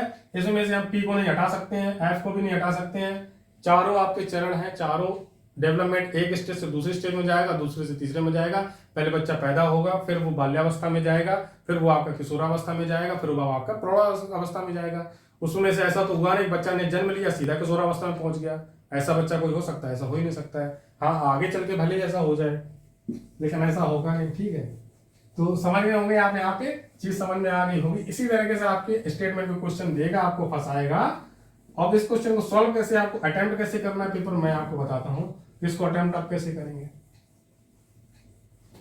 इसको आपको इस तरीके से अटेम्प्ट करना है कि इसमें आपको पहले वो ऑप्शंस पढ़ने हैं जो सबसे लॉन्ग ऑप्शंस है, उनको पहले पकड़ना है, उनको पहले पढ़ना है, ठीक है। आपसे सीधा सीधा बोल रहा है कौन सा सही है, तो सही मतलब आपका क्वेश्चन हुआ पॉजिटिव। पहले तो आपके क्वेश्चन पढ़ते वक्त ही दिमाग में बात घुस जानी चाहिए कि आपका पहला पॉइंट ये है इंपॉर्टेंट कि हमारा क्वेश्चन है पॉजिटिव। तो इस के ऑप्शन में जो भी नेगेटिव ऑप्शन होंगे तुरंत डिलीट कर देना, उनको तुरंत ही निगलेक्ट करना है। पहला तो आपको बोल रहा है इसमें बच्चों के सांस्कृतिक आधार के अनुसार इन चरणों का क्रम बदला जा सकता है। इसमें नेगेटिव पॉजिटिव में समझ में आ नहीं रहा है, लेकिन एक वर्ड हमें समझ में आ रहा है सांस्कृतिक। तो सांस्कृतिक के बारे में बात की नहीं जीन प्याजे ने हमारा, लेकिन क्वेश्चन रिलेट कर रहा है जीन प्याजे से, तुरंत पहला ऑप्शन डिलीट कर दो। प्याजे का तर्क है कि संज्ञानात्मक विकास चरणों में आगे बढ़ने की अपेक्षा निरंतर होता है। ये ऑप्शन में लग रहा है कि हो सकता है, लेकिन हमें समझ में फिर भी नहीं आ रहा, तो इस ऑप्शन को रोक दो। हो सकता है, ये हो सकता है, इसको रोक दो। प्याजे ने संज्ञानात्मक विकास के 5 चरण बताए, 5 बताए, ऐसा 4 तो हमें पता है, 5 कैसे हो सकते हैं। सी ऑप्शन तुरंत डिलीट कर दो। किसी चरण को छोड़ा नहीं जा सकता है, किसी चरण को छोड़ा नहीं जा सकता है मतलब इसका यहाँ पे बोल रहा है इसको नेगेटिव नहीं लेना, ये पॉजिटिव ही है, क्योंकि किसी चरण को हम आगे पीछे नहीं कर सकते, किसी चरण को छोड़ नहीं सकते, किसी चरण को जो विकास है वो आगे पीछे नहीं हो सकता, ठीक है। अब हमारा दूसरा और डी ऑप्शन, दोनों ऑप्शन है, तो दोनों ऑप्शन में आप ये देखेंगे कि बी ऑप्शन में बोल रहा है कि जो तर्क उन्होंने दिया है चरणों में आगे बढ़ने की अपेक्षा निरंतर होता है। तो निरंतर जो आपका कॉन्टिन्यूअस वर्ड है ये रिलेट कर रहा है कॉग्निटिव डेवलपमेंट को, तो कॉग्निटिव डेवलपमेंट को कॉन्टिन्यूअस डेवलपमेंट रिलेट करता नहीं, तुरंत इस ऑप्शन को भी डिलीट कर दें। फिर आपका डी ऑप्शन बनता है किसी चरण को छोड़ा नहीं जा सकता है। अगर आप चाहें तो बी ऑप्शन को थोड़ा एवोल्यूशन उसका मत करें, उसको एवोल्यूट मत करें, उसका मूल्यांकन मत करें, आप सीधा डी ऑप्शन पे जाएं, सीधा लगाएं किसी चर को छोड़ा नहीं जा सकता है। हाँ बात सही है, बिल्कुल सही है, आप अपने पॉइंट पे टिके रहें, आप डी ऑप्शन लगाएं। आपको भले ही लग रहा हो कि बी ऑप्शन मेरा सही है, लेकिन डी ऑप्शन फिर भी आपका सही होगा, क्योंकि हो सकता है कि आपके अंदर आपको लग रहा हो कि जो डी ऑप्शन की थ्योरी है ऑप्शन की वो बिल्कुल एग्जैक्ट है और मुझे 100% पता है कि ये चीज सही है, तो ऑप्शन आपको फिर वही लगाना चाहिए। अब आपको मैंने बताया कि पहले ऑप्शन को आप एलिमिनेट करना है कि कौन सा ऑप्शन मैं एलिमिनेट करता हूँ। स्टेटमेंट के क्वेश्चन आपको ऐसे सॉल्व करने होंगे, ठीक है। चलते हैं बड़ा अगले क्वेश्चन पे, देखते हैं कौन सा है। जीन पियाजे के द्वारा प्रस्तुत संरक्षण के प्रत्यय से तात्पर्य, मतलब यहाँ पे कंजर्वेशन की बात कर रहा है, इंट्रोड्यूस बाय जीन पियाजे, दैट मींस इसका कॉन्सेप्ट जो दिया है, इस कॉन्सेप्ट के मींस क्या है उसके बारे में पूछ रहा है। पढ़े ऑप्शन फिर बताएं।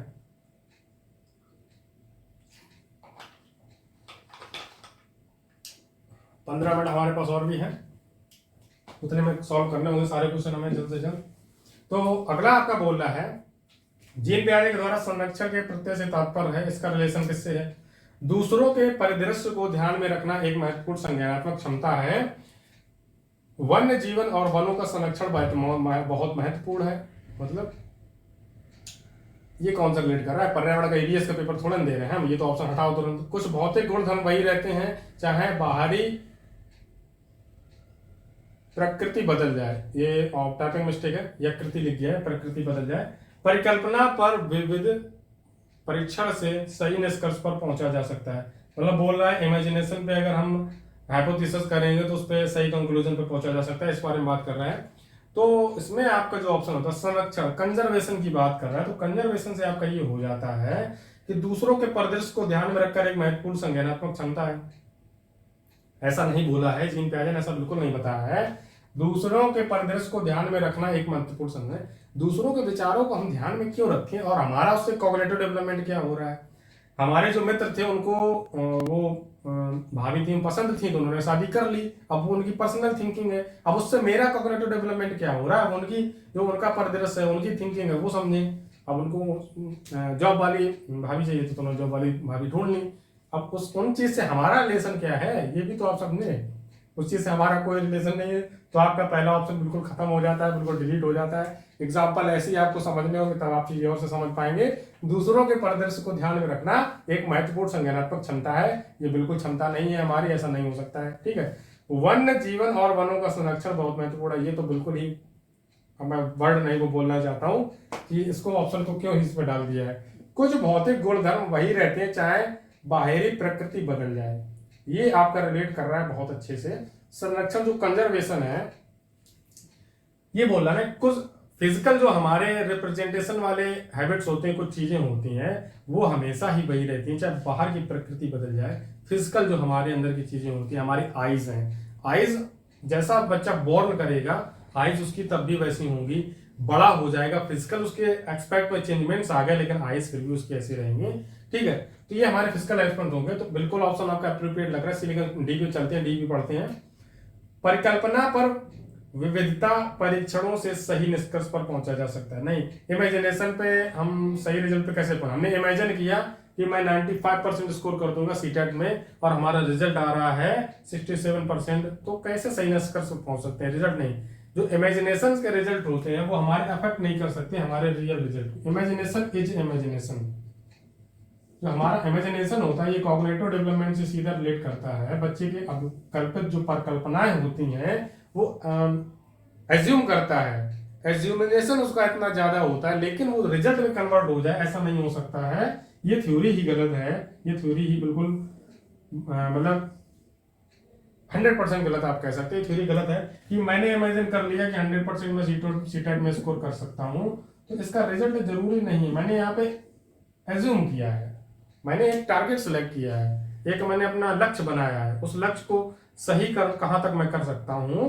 हाँ, जो जिनका रिजल्ट सही आ जा सकता है वो अपवाद है, लेकिन हम एक होल व्यू ऑफ पर्सपेक्टिव में देख रहे हैं, आप किसी एक व्यक्ति के पर्टिकुलर के बारे में बात नहीं कर रहे हैं ना। ठीक है, तो आपका जो इसमें सी ऑप्शन है बिल्कुल सही हो जाता है। जो कंजर्वेशन से रिलेटेड होता है, संरक्षण का प्रत्यय जो दिया है जीन पियाजे ने, उसमें बताया है कि कुछ भौतिक गुणधर्म वही रहते हैं जो बाहरी प्रकृति भले ही बदल जाए। ठीक है, इसकी थ्योरी जो थी शायद मैंने थ्योरी क्लास में नहीं बताया, ये एक पॉइंट वाइज अलग से थ्योरी जो जीन पियाजे ने कुछ पॉइंट्स बताए थे, तभी मैंने इस क्वेश्चन को लिया कि मैंने कुछ चीजें जो आपको पॉइंट वो थ्योरी में वहां पे नहीं बताई थी। ये क्वेश्चन कभी कभी आया था, अभी तक एक बार ही शायद आया है, एक या दो बार आया होगा आपका सीटेट में, 8 से 9 साल के पेपर्स में जो भी है 2 बार ही आया होगा। इस टाइप के क्वेश्चन बहुत ही कम बनाए जाते हैं। अब तो बिल्कुल ही 2 साल से तो बिल्कुल ही 3 साल से मैंने नहीं देखा है। अब कहेंगे आप मैंने कैसे नहीं देखा है, मतलब अब मैं वो चीज बोलना नहीं चाह रहा हूँ। ठीक है, तो जीन पियाजे के सिद्धांत का प्रमुख प्रस्ताव है कि, अगला क्वेश्चन आपका आता है तो उसका ऑप्शन आपको समझ में आ गया होगा ना। 11 नंबर पे था, हाँ 11 नंबर पे था, इसका ऑप्शन नंबर आपका सी है। ठीक है, सी नंबर ऑप्शन इसका राइट है, आंसर लगा लें। आप पीडीएफ में आपके आंसर्स नहीं होंगे तो आपको वीडियो से देख के आंसर लगाने होंगे। ठीक है, ये चीज मैं इसलिए नहीं कर रहा हूँ कि पीडीएफ निकाल ली पढ़ लिया खत्म हो गया, ऐसा नहीं है। ठीक है, तो अगला क्वेश्चन आता है जीन पियाजे के सिद्धांत का प्रमुख प्रस्ताव है। अब आपको थोड़ा इजी क्वेश्चन डाल दिए हैं, जो टफ क्वेश्चन थे वो हमने सॉल्व कर लिए हैं सारे। अब आपके 4 से 5 क्वेश्चन बिल्कुल इजी आने वाले हैं, तो उनको हम जल्द से जल्द सॉल्व कर लेंगे। तो जीन पियाजे के सिद्धांत का प्रमुख प्रस्ताव क्या है? तो सीधा सीधा है, बच्चों की सोच गुणात्मक रूप में वयस्कों से भिन्न होती है। बच्चों की सोच वयस्कों से निम्न होती है, नहीं, बच्चों की सोच वयस्कों से बेहतर होती है। बच्चों की सोच मात्रात्मक रूप में वयस्कों से भिन्न होती है। तो इसका कौन सा ऑप्शन आपका बिल्कुल अप्रोप्रिएट लग रहा है आपको? बच्चों की सोच गुणात्मक रूप में वयस्कों से भिन्न होती है। यहाँ पे क्वांटिटेटिव टाइप में जो बात हो रही है, जो चाइल्ड होता है उसकी जो थिंकिंग होती है, क्वांटिटी मतलब गुणात्मक की बात कर रहे हैं, मतलब गुणात्मक। बच्चे की जो थिंकिंग है गुणात्मक तौर पे वयस्क अडल्ट से सेम नहीं, सिमिलरिटी नहीं खाती है बल्कि भिन्न होती है। बिल्कुल सही बात है। अगर आपने बच्चे को बता दिया, बच्चे ने आपसे पूछा कि वो हाथी जा रहा है, मतलब क्या जा रहा है, हाथी जा रहा था, तो बच्चे ने पूछा वो क्या जा रहा है, तो आपने बता दिया हाथी जा रहा है। आपकी थिंकिंग के हिसाब से आपने सही बताया, आपको नॉलेज है हाथी बना, आपको सब कुछ बताया, लेकिन बच्चा क्वेश्चन फिर करेगा इसका सूड क्यों है, इसका जो आगे का टंग है और जो इसके टीथ हैं और जो इसके ईयर्स इतने बड़े बड़े क्यों है, ये दिखने में इतना बिग क्यों, बड़ा क्यों है, ऐसा क्यों है। वो एक क्वेश्चन से वहां पे 50 क्वेश्चन आपको पूछ लेगा और आपको लगेगा कि मैं कहाँ पे फंस गया हूँ। ठीक है, आपको परेशान कर लेगा बिल्कुल। तो उसकी थिंकिंग यही चीज तो एक्सप्लेन कर रहा है, यही तो बता रहा है। गुणात्मक रूप से जो वयस्क होते हैं, यहाँ पे हम लोग एडल्ट मेच्योर हो चुके होते हैं, मेच्योरिटी आ गई होती है। हमारे फिर आस पास से शेर भी निकल जाए हमें नहीं फर्क पड़ता है। जब बेरोजगारी का आलम हो, ठीक है, तो बगल से शेर भी निकल जाए तो फर्क नहीं पड़ेगा।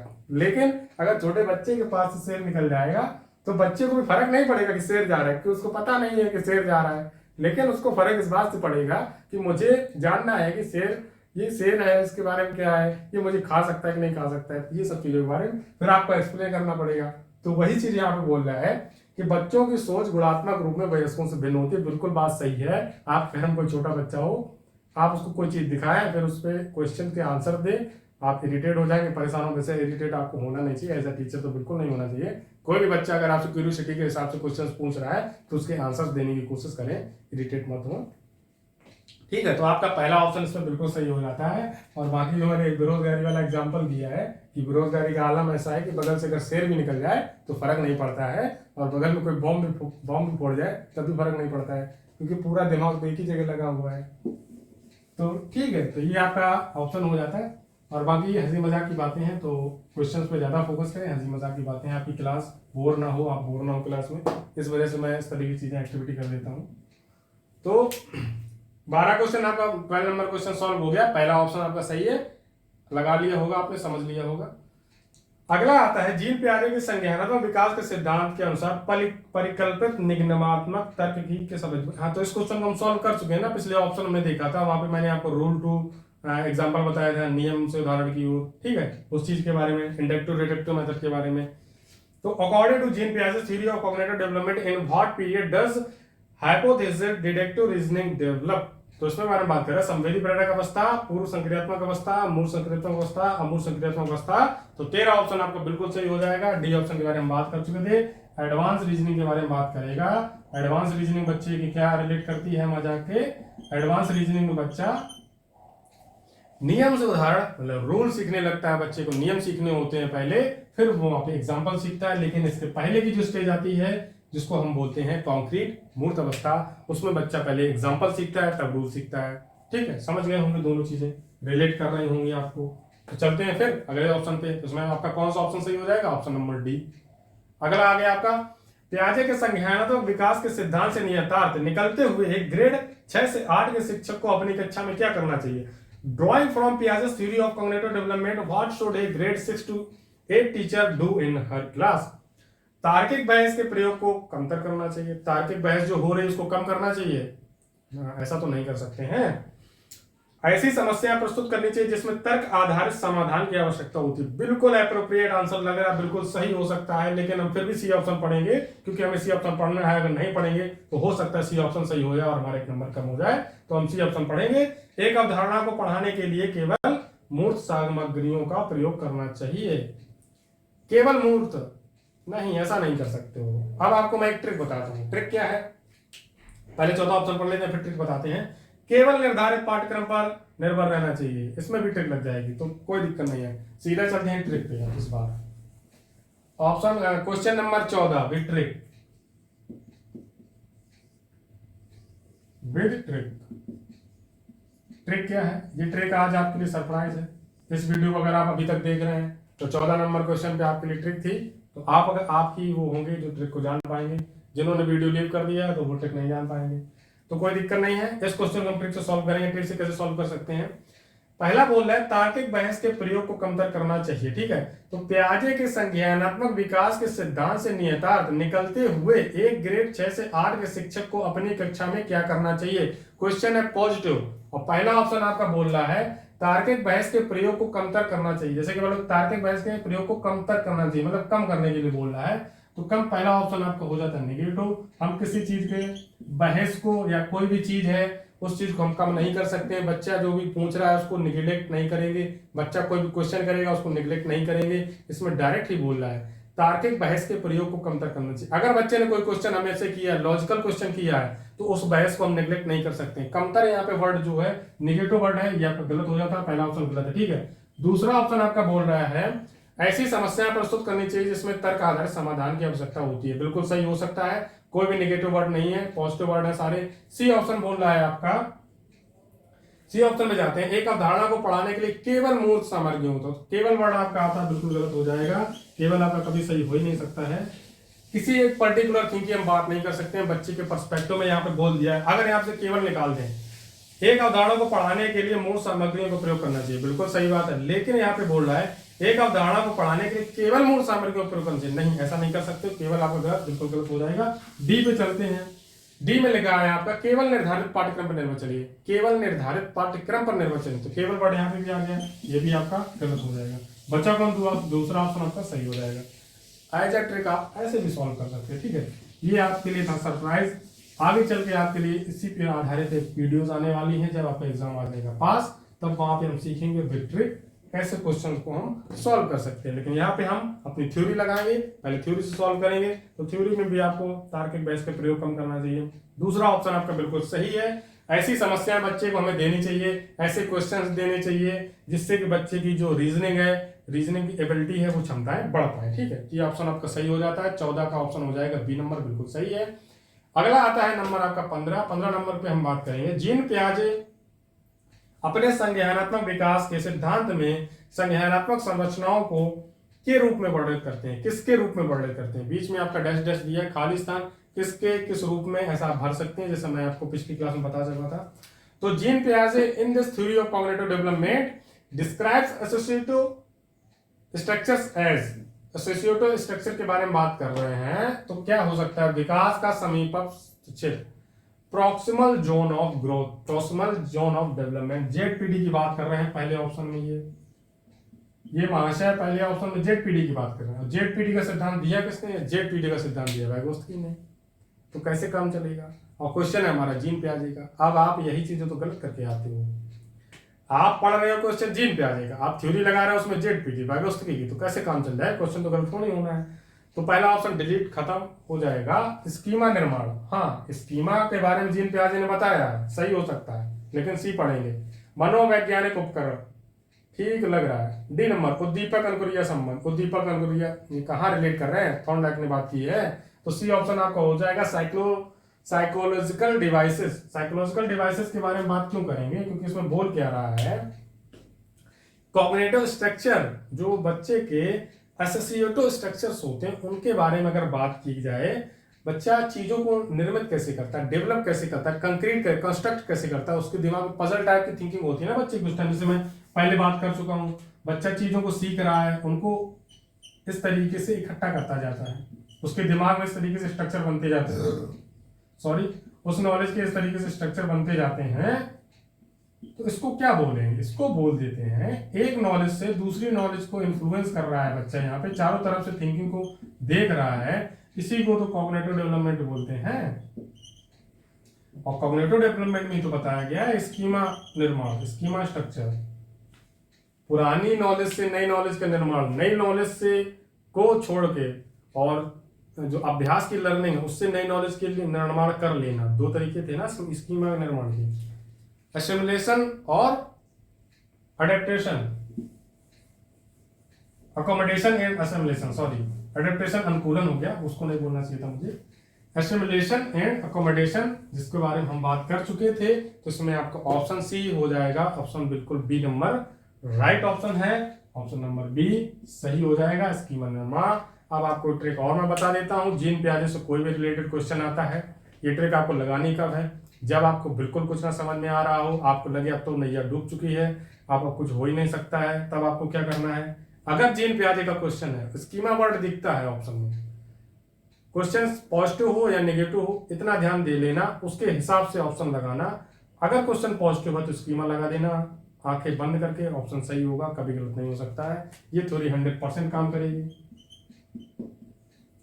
अगर क्वेश्चन नेगेटिव है तो नेगेटिव में आपको ये देखना है कि स्कीमा दिया होगा, असिमुलेशन दिया होगा, अकोमोडेशन दिया होगा, मतलब असिमुलेशन आपका आत्मसातकरण और अकोमोडेशन मतलब सामंजस्य दिया होगा, और स्कीमा दिया होगा। ये तीन वर्ड दिए होंगे, चौथा वर्ड आपका कोई दूसरा दिया होगा, तो वो वर्ड आपको खोजना होगा कि इन तीनों को छोड़ के वो चौथा वर्ड कौन है, वही आपका ऑप्शन सही होगा।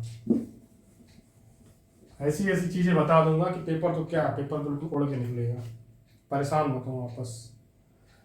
अगला क्वेश्चन 16 नंबर है आपका, पियाजे के संज्ञानात्मक विकास के सिद्धांत कारक ज्ञान का आधारभूत निर्माण खंड। अरे वही है, बिल्कुल वही सेम क्वेश्चन है।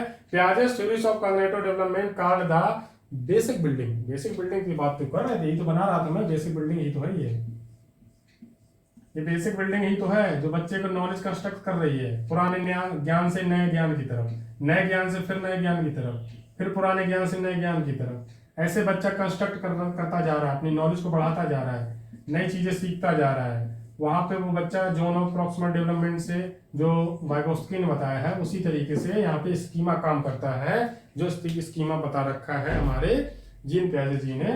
16 नंबर में आपका ऑप्शन कहीं कौन सा सही हो जाएगा, इसमें भी आपका ऑप्शन नंबर बिल्कुल ये सही होगा। इसमें आपका दे रखा है आत्मसात्करण, समष्टिकरण, संतुलीकरण, तो स्कीमा इसमें आपका राइट है, क्योंकि स्कीमा के अंदर ही आ जाता है आत्मसात्करण, अकोमोडेशन, दोनों चीजें अंदर आ जाती हैं। तो ऑप्शन ए बिल्कुल सही है, 16 का ऑप्शन ए बिल्कुल सही राइट आंसर। ठीक है, अगला चलते हैं 17 नंबर के विचार, मतलब किसके विचार से बच्चे सक्रिय ज्ञान निर्माता तथा नए वैज्ञानिक होते हैं जो संसार के बारे में अपने सिद्धांतों की रक्षा करते हैं। In the view of dash dash dash children are active knowledge creators and little scientist who form their theories about the world. पियाजे, स्किनर, पावलोव, युंग। पियाजे, स्किनर, पावलोव, युंग, इंग्लिश में लिखा है।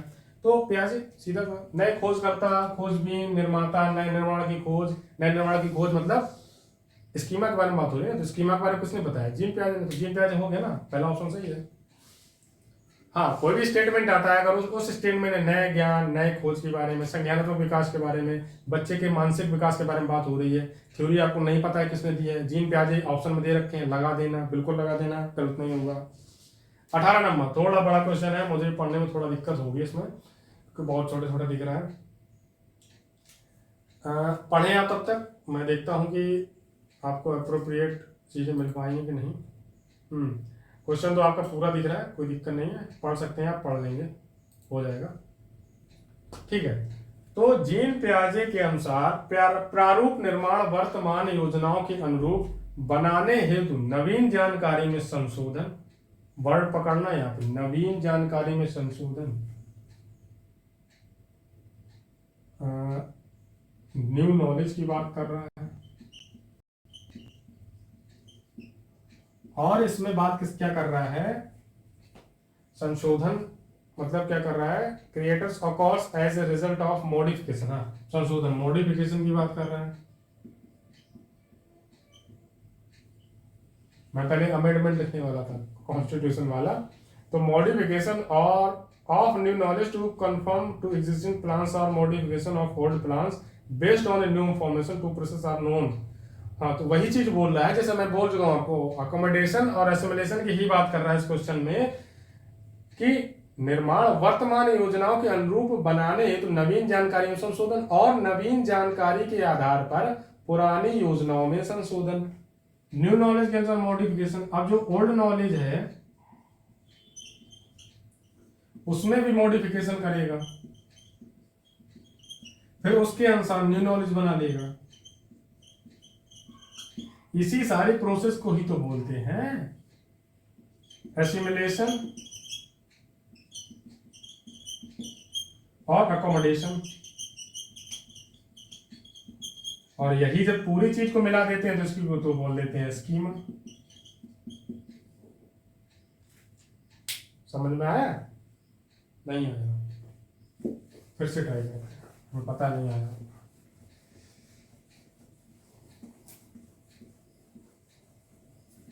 क्या बोल रहा है? क्वेश्चन पे चलते हैं फिर से।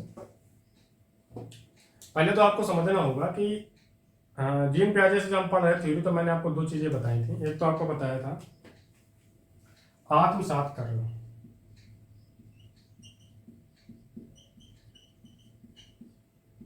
फिर क्या बताया था? समायोजन।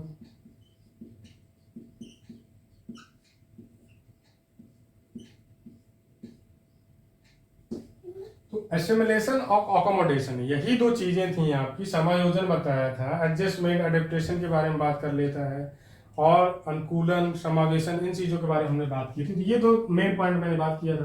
तो आत्मसातकरण का मतलब ये था कि बच्चा नई चीजों के साथ कनेक्टिविटी नहीं बिठा पा रहा। जैसे मैंने एग्जांपल दिया था उसमें कि एक बालक विलेज मोबाइल एरिया से निकल के शहर में आता है, वो अडेप्ट नहीं कर पाता है चीजों को, आत्मसात नहीं कर पाता है वो चीजों को, वहां पे कनेक्टिविटी नहीं बैठा पा रहा है, जिसकी वजह से मन नहीं लग रहा है। लेकिन टाइम के साथ, इन अ पीरियड टाइम ऑफ 4 या 3 इयर्स या फिर 2 इयर्स, इतने वर्षों के बाद वो समायोजन कर लेता है, तो उसको हमने एसिमिलेशन बोल दिया था। तो इस चीज को आप समझें, आत्मसातकरण उसने किया, पुरानी नॉलेज उसकी वहां पे कनेक्ट थी जब बच्चा वहां से आया था विलेज से शहर में, वो चीज़ों को एक्सेप्ट नहीं कर पा रहा था, लेकिन वहां रहते रहते उसने अडेप्ट कर लिया, समायोजित कर लिया खुद को। वही तो यहाँ पे बोल रहा है कि जीन पियाजे के अनुसार प्रारूप स्कीमा निर्माण वर्तमान योजनाओं के अनुरूप बनाने हेतु नवीन जानकारी में संशोधन और नवीन जानकारी के आधार पर पुरानी योजनाओं में संशोधन के परिणाम के रूप में घटित होता है। इन दो प्रक्रियाओं को जाना जाता है, इन्हीं दो प्रोसेस को जान रहा है कि पुरानी जानकारी के अनुसार उसने नई जानकारी की कि मेरे पुराने दोस्त छूट गए, मुझे नए दोस्त बनाने होंगे। नए दोस्त जब बन गए तो नए दोस्तों की वहां की थिंकिंग के अनुसार उसने खुद को ढाल दिया। फिर उसने और नई नॉलेज कंस्ट्रक्ट कर ली कि अब मैं गांव घूमने जाऊंगा, मेरा गांव भी है। फिर वो वहां ये भी नहीं सोच रहा कि मैं घूमने भी नहीं जाऊंगा, मुझे अच्छा नहीं लग रहा, लेकिन फिर उसके अंदर क्यूरियोसिटी आ गई कि अब मैं सिर्फ घूमने के पर्पज से गाँव जाऊंगा, मैं वहां रहने के लिए नहीं जा रहा हूँ, मेरा घर अब यही है, सिटी में ही घर है, क्योंकि मेरे पापा ने यहाँ ट्रांसफर ले लिया है। तो यही वो बोल रहा है कि योजनाओं के अनुरूप बनाने हेतु तो नवीन जानकारी में संशोधन और नवीन जानकारी के आधार पर पुरानी योजनाओं में संशोधन के परिणाम के रूप में घटित होता है।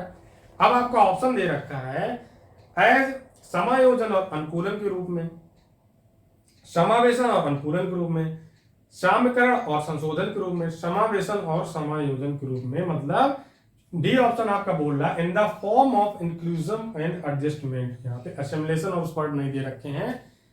आत्मसातकरण के भी कई मतलब होते हैं वर्ड के, और समायोजन वर्ड के भी कई मतलब होते हैं, समावेशन भी होता है और भी वर्ड होते हैं।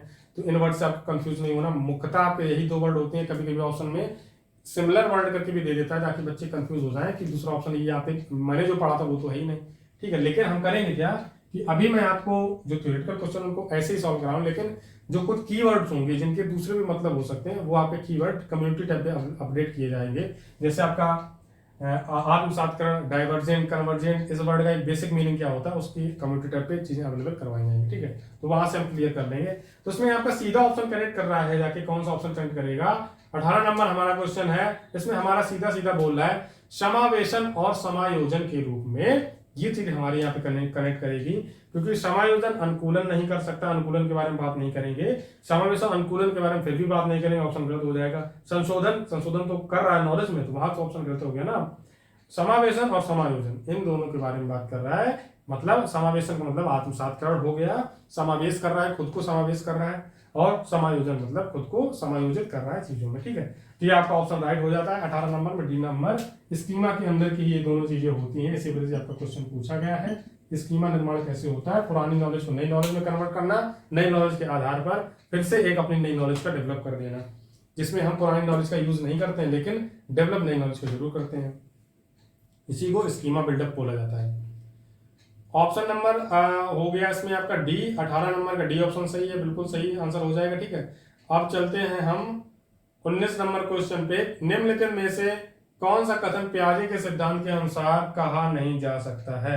बच्चे अपनी दुनिया के बारे में ज्ञान का निर्माण और उपयोग करते हैं, सही है। निरंतर अभ्यास से अधिगम होता है, बिल्कुल सही है। बच्चे को पर्यावरण पर क्रिया करते हैं। विकास गुणात्मक चरणों में होता है। तो इसमें बोल रहा है निरंतर अभ्यास से अधिगम होता है। कौन सा सही नहीं है पियाजे के सिद्धांत के अनुसार, समझ रहे हो ना। ऑप्शन बी भी आपका सही है, लेकिन इस क्वेश्चन में आपका जो आंसर है वो बी है। अब आप कहेंगे ऑप्शन बी तो बिल्कुल सही है, निरंतर अभ्यास से अधिगम होता है, लर्निंग होती है। लेकिन जीन पियाजे ने तो कॉग्निटिव डेवलपमेंट के बारे में बताया है, और उन्होंने लर्निंग की जो थ्योरीज दी हैं वो उनकी डिपेंडेंट थी कॉग्निटिव डेवलपमेंट पे, संज्ञानात्मक विकास पे डिपेंडेंट थी। और आपका ऑप्शन क्या बोल रहा है दूसरा कि निरंतर अभ्यास, कॉन्टिन्यूअस जो आपका लर्निंग है वो कॉन्टिन्यूअस अगर हम उसका अभ्यास करते हैं, परफेक्शन लाना उसका हम डेली अभ्यास अगर करेंगे, कॉन्टिन्यूअस लर्निंग टेक्स प्लेस। तो इसमें ये बात बोल रहा है ऑप्शन बी आपका जो दे रहा है ये ऑप्शन इसमें गलत होगा जाएगा। जीन पियाजे की थ्योरी से रिलेट नहीं करता है। सीधा सीधा ये भी पूछ रखा है कि जीन पियाजे की थ्योरी से कौन सा सिद्धांत, मतलब इसमें ऑप्शन उनके अनुसार गलत हो जाएगा। तो आपका सी ऑप्शन है, सॉरी बी ऑप्शन है, निरंतर अभ्यास से अधिगम होता है। बात सही है जो कि हमारा थॉर्नडाइक जी ने बताया था।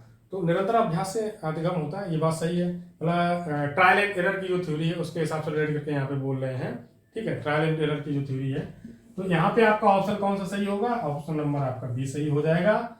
तो उनकी थ्योरी वहां से रिलेट हम नहीं कर सकते हैं। यही चीज आपको ध्यान रखनी है कि जब किसी वैज्ञानिक के बारे में, पर्सपेक्टिव के बारे में, थ्योरीज के बारे में स्टेटमेंट करके पूछा जाएगा तो उसमें दूसरे वैज्ञानिक की भी थ्योरीज डली होंगी, आपको वो सही लगेंगी, लेकिन आपको करना क्या है, क्वेश्चन पर डिपेंडेंट रहना है कि जीन पियाजे की थ्योरी यहाँ पे कौन सा ऑप्शन रिलेट करवा रही है। ठीक है, इस चीज को भी ध्यान रखना। चलते हैं लास्ट क्वेश्चन पे।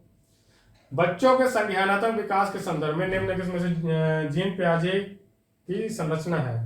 अरे बिल्कुल राइट शॉर्ट आंसर है आपका।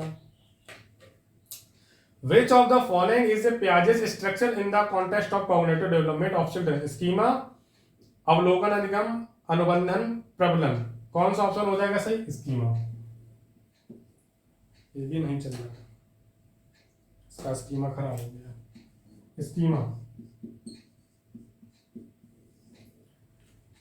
सीधा सीधा बोल रहा है संज्ञानात्मक विकास के संदर्भ में पियाजे की जो संरचना मतलब स्ट्रक्चर है, संज्ञा कॉग्निटिव डेवलपमेंट को उन्होंने कैसे स्ट्रक्चर किया है, स्कीमा की फॉर्म में स्ट्रक्चर किया है कि बच्चे का जो बच्चे की जो लर्निंग का प्रोसेस है इसी हिसाब से होता है। जैसा कि पिछले क्वेश्चन में बोल रहा था कि निरंतर अभ्यास से अधिगम होता है, लेकिन जीन पियाजे बोलते हैं कि बच्चा पुरानी नॉलेज से सीख के अधिगम करता है, फिर नई नॉलेज का डेवलपमेंट कर लेता है, तभी वो आपका ऑप्शन हो गया था गलत। तभी मैंने वहां पर उस एक्सप्लेनेशन को वहां नहीं दिया था, उस एक्सप्लेनेशन को यहाँ पे दिया कि दोनों क्वेश्चन आपको हो जाएंगे कनेक्ट और आपको और अच्छे से समझ में आ जाएगा। तो हमने बहुत तेजी के साथ बहुत जल्द से जल्द क्वेश्चन सॉल्व कर लिए, 20 के 20 आंसर। मैं 2 क्लास नहीं करना चाहता था, क्लास बढ़ी रहे, लेकिन 20 क्वेश्चन आपको समझ में आ जाए बढ़िया से। हमने सारे क्वेश्चन सॉल्व कर लिए हैं। ये हमारा आ गया अब मेन पॉइंट, शुरुआत जहां से की थी वहीं पे आ चुके हैं हम लोग। ठीक है, अब आपको थोड़ा एक स्पीच दे देते हैं। स्पीच किस बात की कि अगर आपने लाइक नहीं किया तो प्लीज लाइक कर दें, और चैनल सब्सक्राइब नहीं किया तो सब्सक्राइब करें। ऐसे ही बेहतर आपके लिए और क्वेश्चन हम लाते रहेंगे। एमसीक्यू T20 हमारा चलता रहेगा, T20 है हमारा ये, जैसे कि IPL चल रहा है आपका, तो हमारा CDP का भी T20 चलेगा। कॉग्निटिव डेवलपमेंट आपका हो गया। ठीक है, संज्ञानात्मक विकास, जीन का रिलेटेड जो भी चीजें होंगी, और पारुल मैम का एक बार और थैंक्स जो उन्होंने कंटेंट प्रोवाइड करवाया हमें, उसके लिए बहुत बहुत ज्यादा पूरी टीम का थैंक्स उनको। और क्वेश्चन आपको समझ में आ गए होंगे। कोई भी क्वेश्चन में रिलेटेड मैं हो सकता है एज अ पर्सपेक्टिव मैंने गलत बोल दिया हो या फिर कुछ चीजें हो गई होंगी, इस चीज को मैं एक्सेप्ट भी करता हूँ और एक्सेप्ट करना भी चाहिए। आप भी टीचर हैं, मैं भी टीचर, आप लेवल बराबर ही है, कोई दिक्कत नहीं है। अगर आपको लगता है कि इस क्वेश्चन का ऑप्शन ये हो सकता है ये नहीं, तो विद रीजन मुझे वहां पे कमेंट बॉक्स में कमेंट करें, मैं उसको आपका विद रीजन मैं भी आंसर करूंगा कि मेरा ऑप्शन क्यों सही है, मेरा ऑप्शन क्यों सही है। ठीक है, क्वेश्चन में यहाँ पे ऑथेंटिक ही आते हैं, आंसर्स वही आपको बताए जाएंगे जो आपके ऑथेंटिक हों, क्योंकि साइकोलॉजी में क्वेश्चन खुद से बना के करवा देना, ऑप्शन डिफर हो जाएंगे, बहुत ज्यादा आंसर्स गलत हो जाएंगे, जिससे आपकी चीजें हो जाएंगी गड़बड़। ठीक है, तो सारी चीजें आपको समझ में आ गई होंगी, और इसी के साथ फिर हम करते हैं क्लास को ओवर और मिलते हैं फिर आपसे। मिल पाएंगे हम अब लगभग EVS की क्लास में मिलेंगे आपसे। EVS की क्लास अभी हमें करनी है, उसमें भी हम क्वेश्चन लेके ही आएंगे, 10 क्वेश्चन करेंगे, उसमें ज्यादा क्वेश्चन नहीं करेंगे। और लैंग्वेज की एक क्लास मैं आपके लिए और लाना चाहता हूँ। उसके बाद से फिर हम EVS और लैंग्वेज की जो क्लासेस हैं उनको थोड़ा होल्ड पे रखेंगे, फिर हम CDP के सिलेबस पे ही वर्क करेंगे, क्योंकि हमारा जो CDP अगर हम यहाँ कवर कर लेंगे तो बाकी सब्जेक्ट्स में वो ऑटोमेटिक काम आएगा। तो जो कुछ टॉपिक हैं पेडागॉजी के, जो EVS के हैं, जो हिंदी के हैं, लैंग्वेज के हैं, इंग्लिश लैंग्वेज के हैं, उन सबको हम इकट्ठा कर लेंगे CDP में ही, उसी में मिला के पढ़ेंगे। ठीक है, इसका मतलब ये नहीं सिलेबस पूरा कंपाइल कर दिया, नहीं। जैसे एग्जाम आपका पास आ जाएगा 1 महीने या 1.5 महीने, तब आपकी EVS की जो पेडागॉजी के क्वेश्चंस उनको अलग सॉल्व करेंगे, लैंग्वेज के जो क्वेश्चन उनको अलग सॉल्व करेंगे, और CDP के तो अलग चलेंगे। लेकिन अभी इन तीनों क्लासेस को करने का कोई पर्पस नहीं बनता है। अभी मुझे पहले आपको EVS में जो NCERT की बुक है उनका समराइजेशन सॉल्व करवाना है, तो समराइजेशन के नोट्स बनाने पड़ेंगे, तभी मैं उसको सॉल्व करवा पाऊंगा। तो EVS की क्लास पहले हम कर लेंगे। 2-3 क्लासें आपको मैं देता हूं जिसमें प्रीवियस क्वेश्चन करते हैं, 10-10 क्वेश्चन करके 15-15, 10 या 15 करवा के आपको क्वेश्चन सॉल्व करवा दूंगा, जिससे आपको एक आइडिया लग जाएगा EVS हम कैसे पढ़ेंगे। ठीक है, तो आज आपकी क्लास हो चुकी है पूरी ओवर। मिलते हैं फिर आपसे एक नई क्लास में और बेहतर चीजों के साथ, तब तक के लिए साइनिंग ऑफ, गुड बाय। ऐसे इस तरह मुस्कुराते रहें।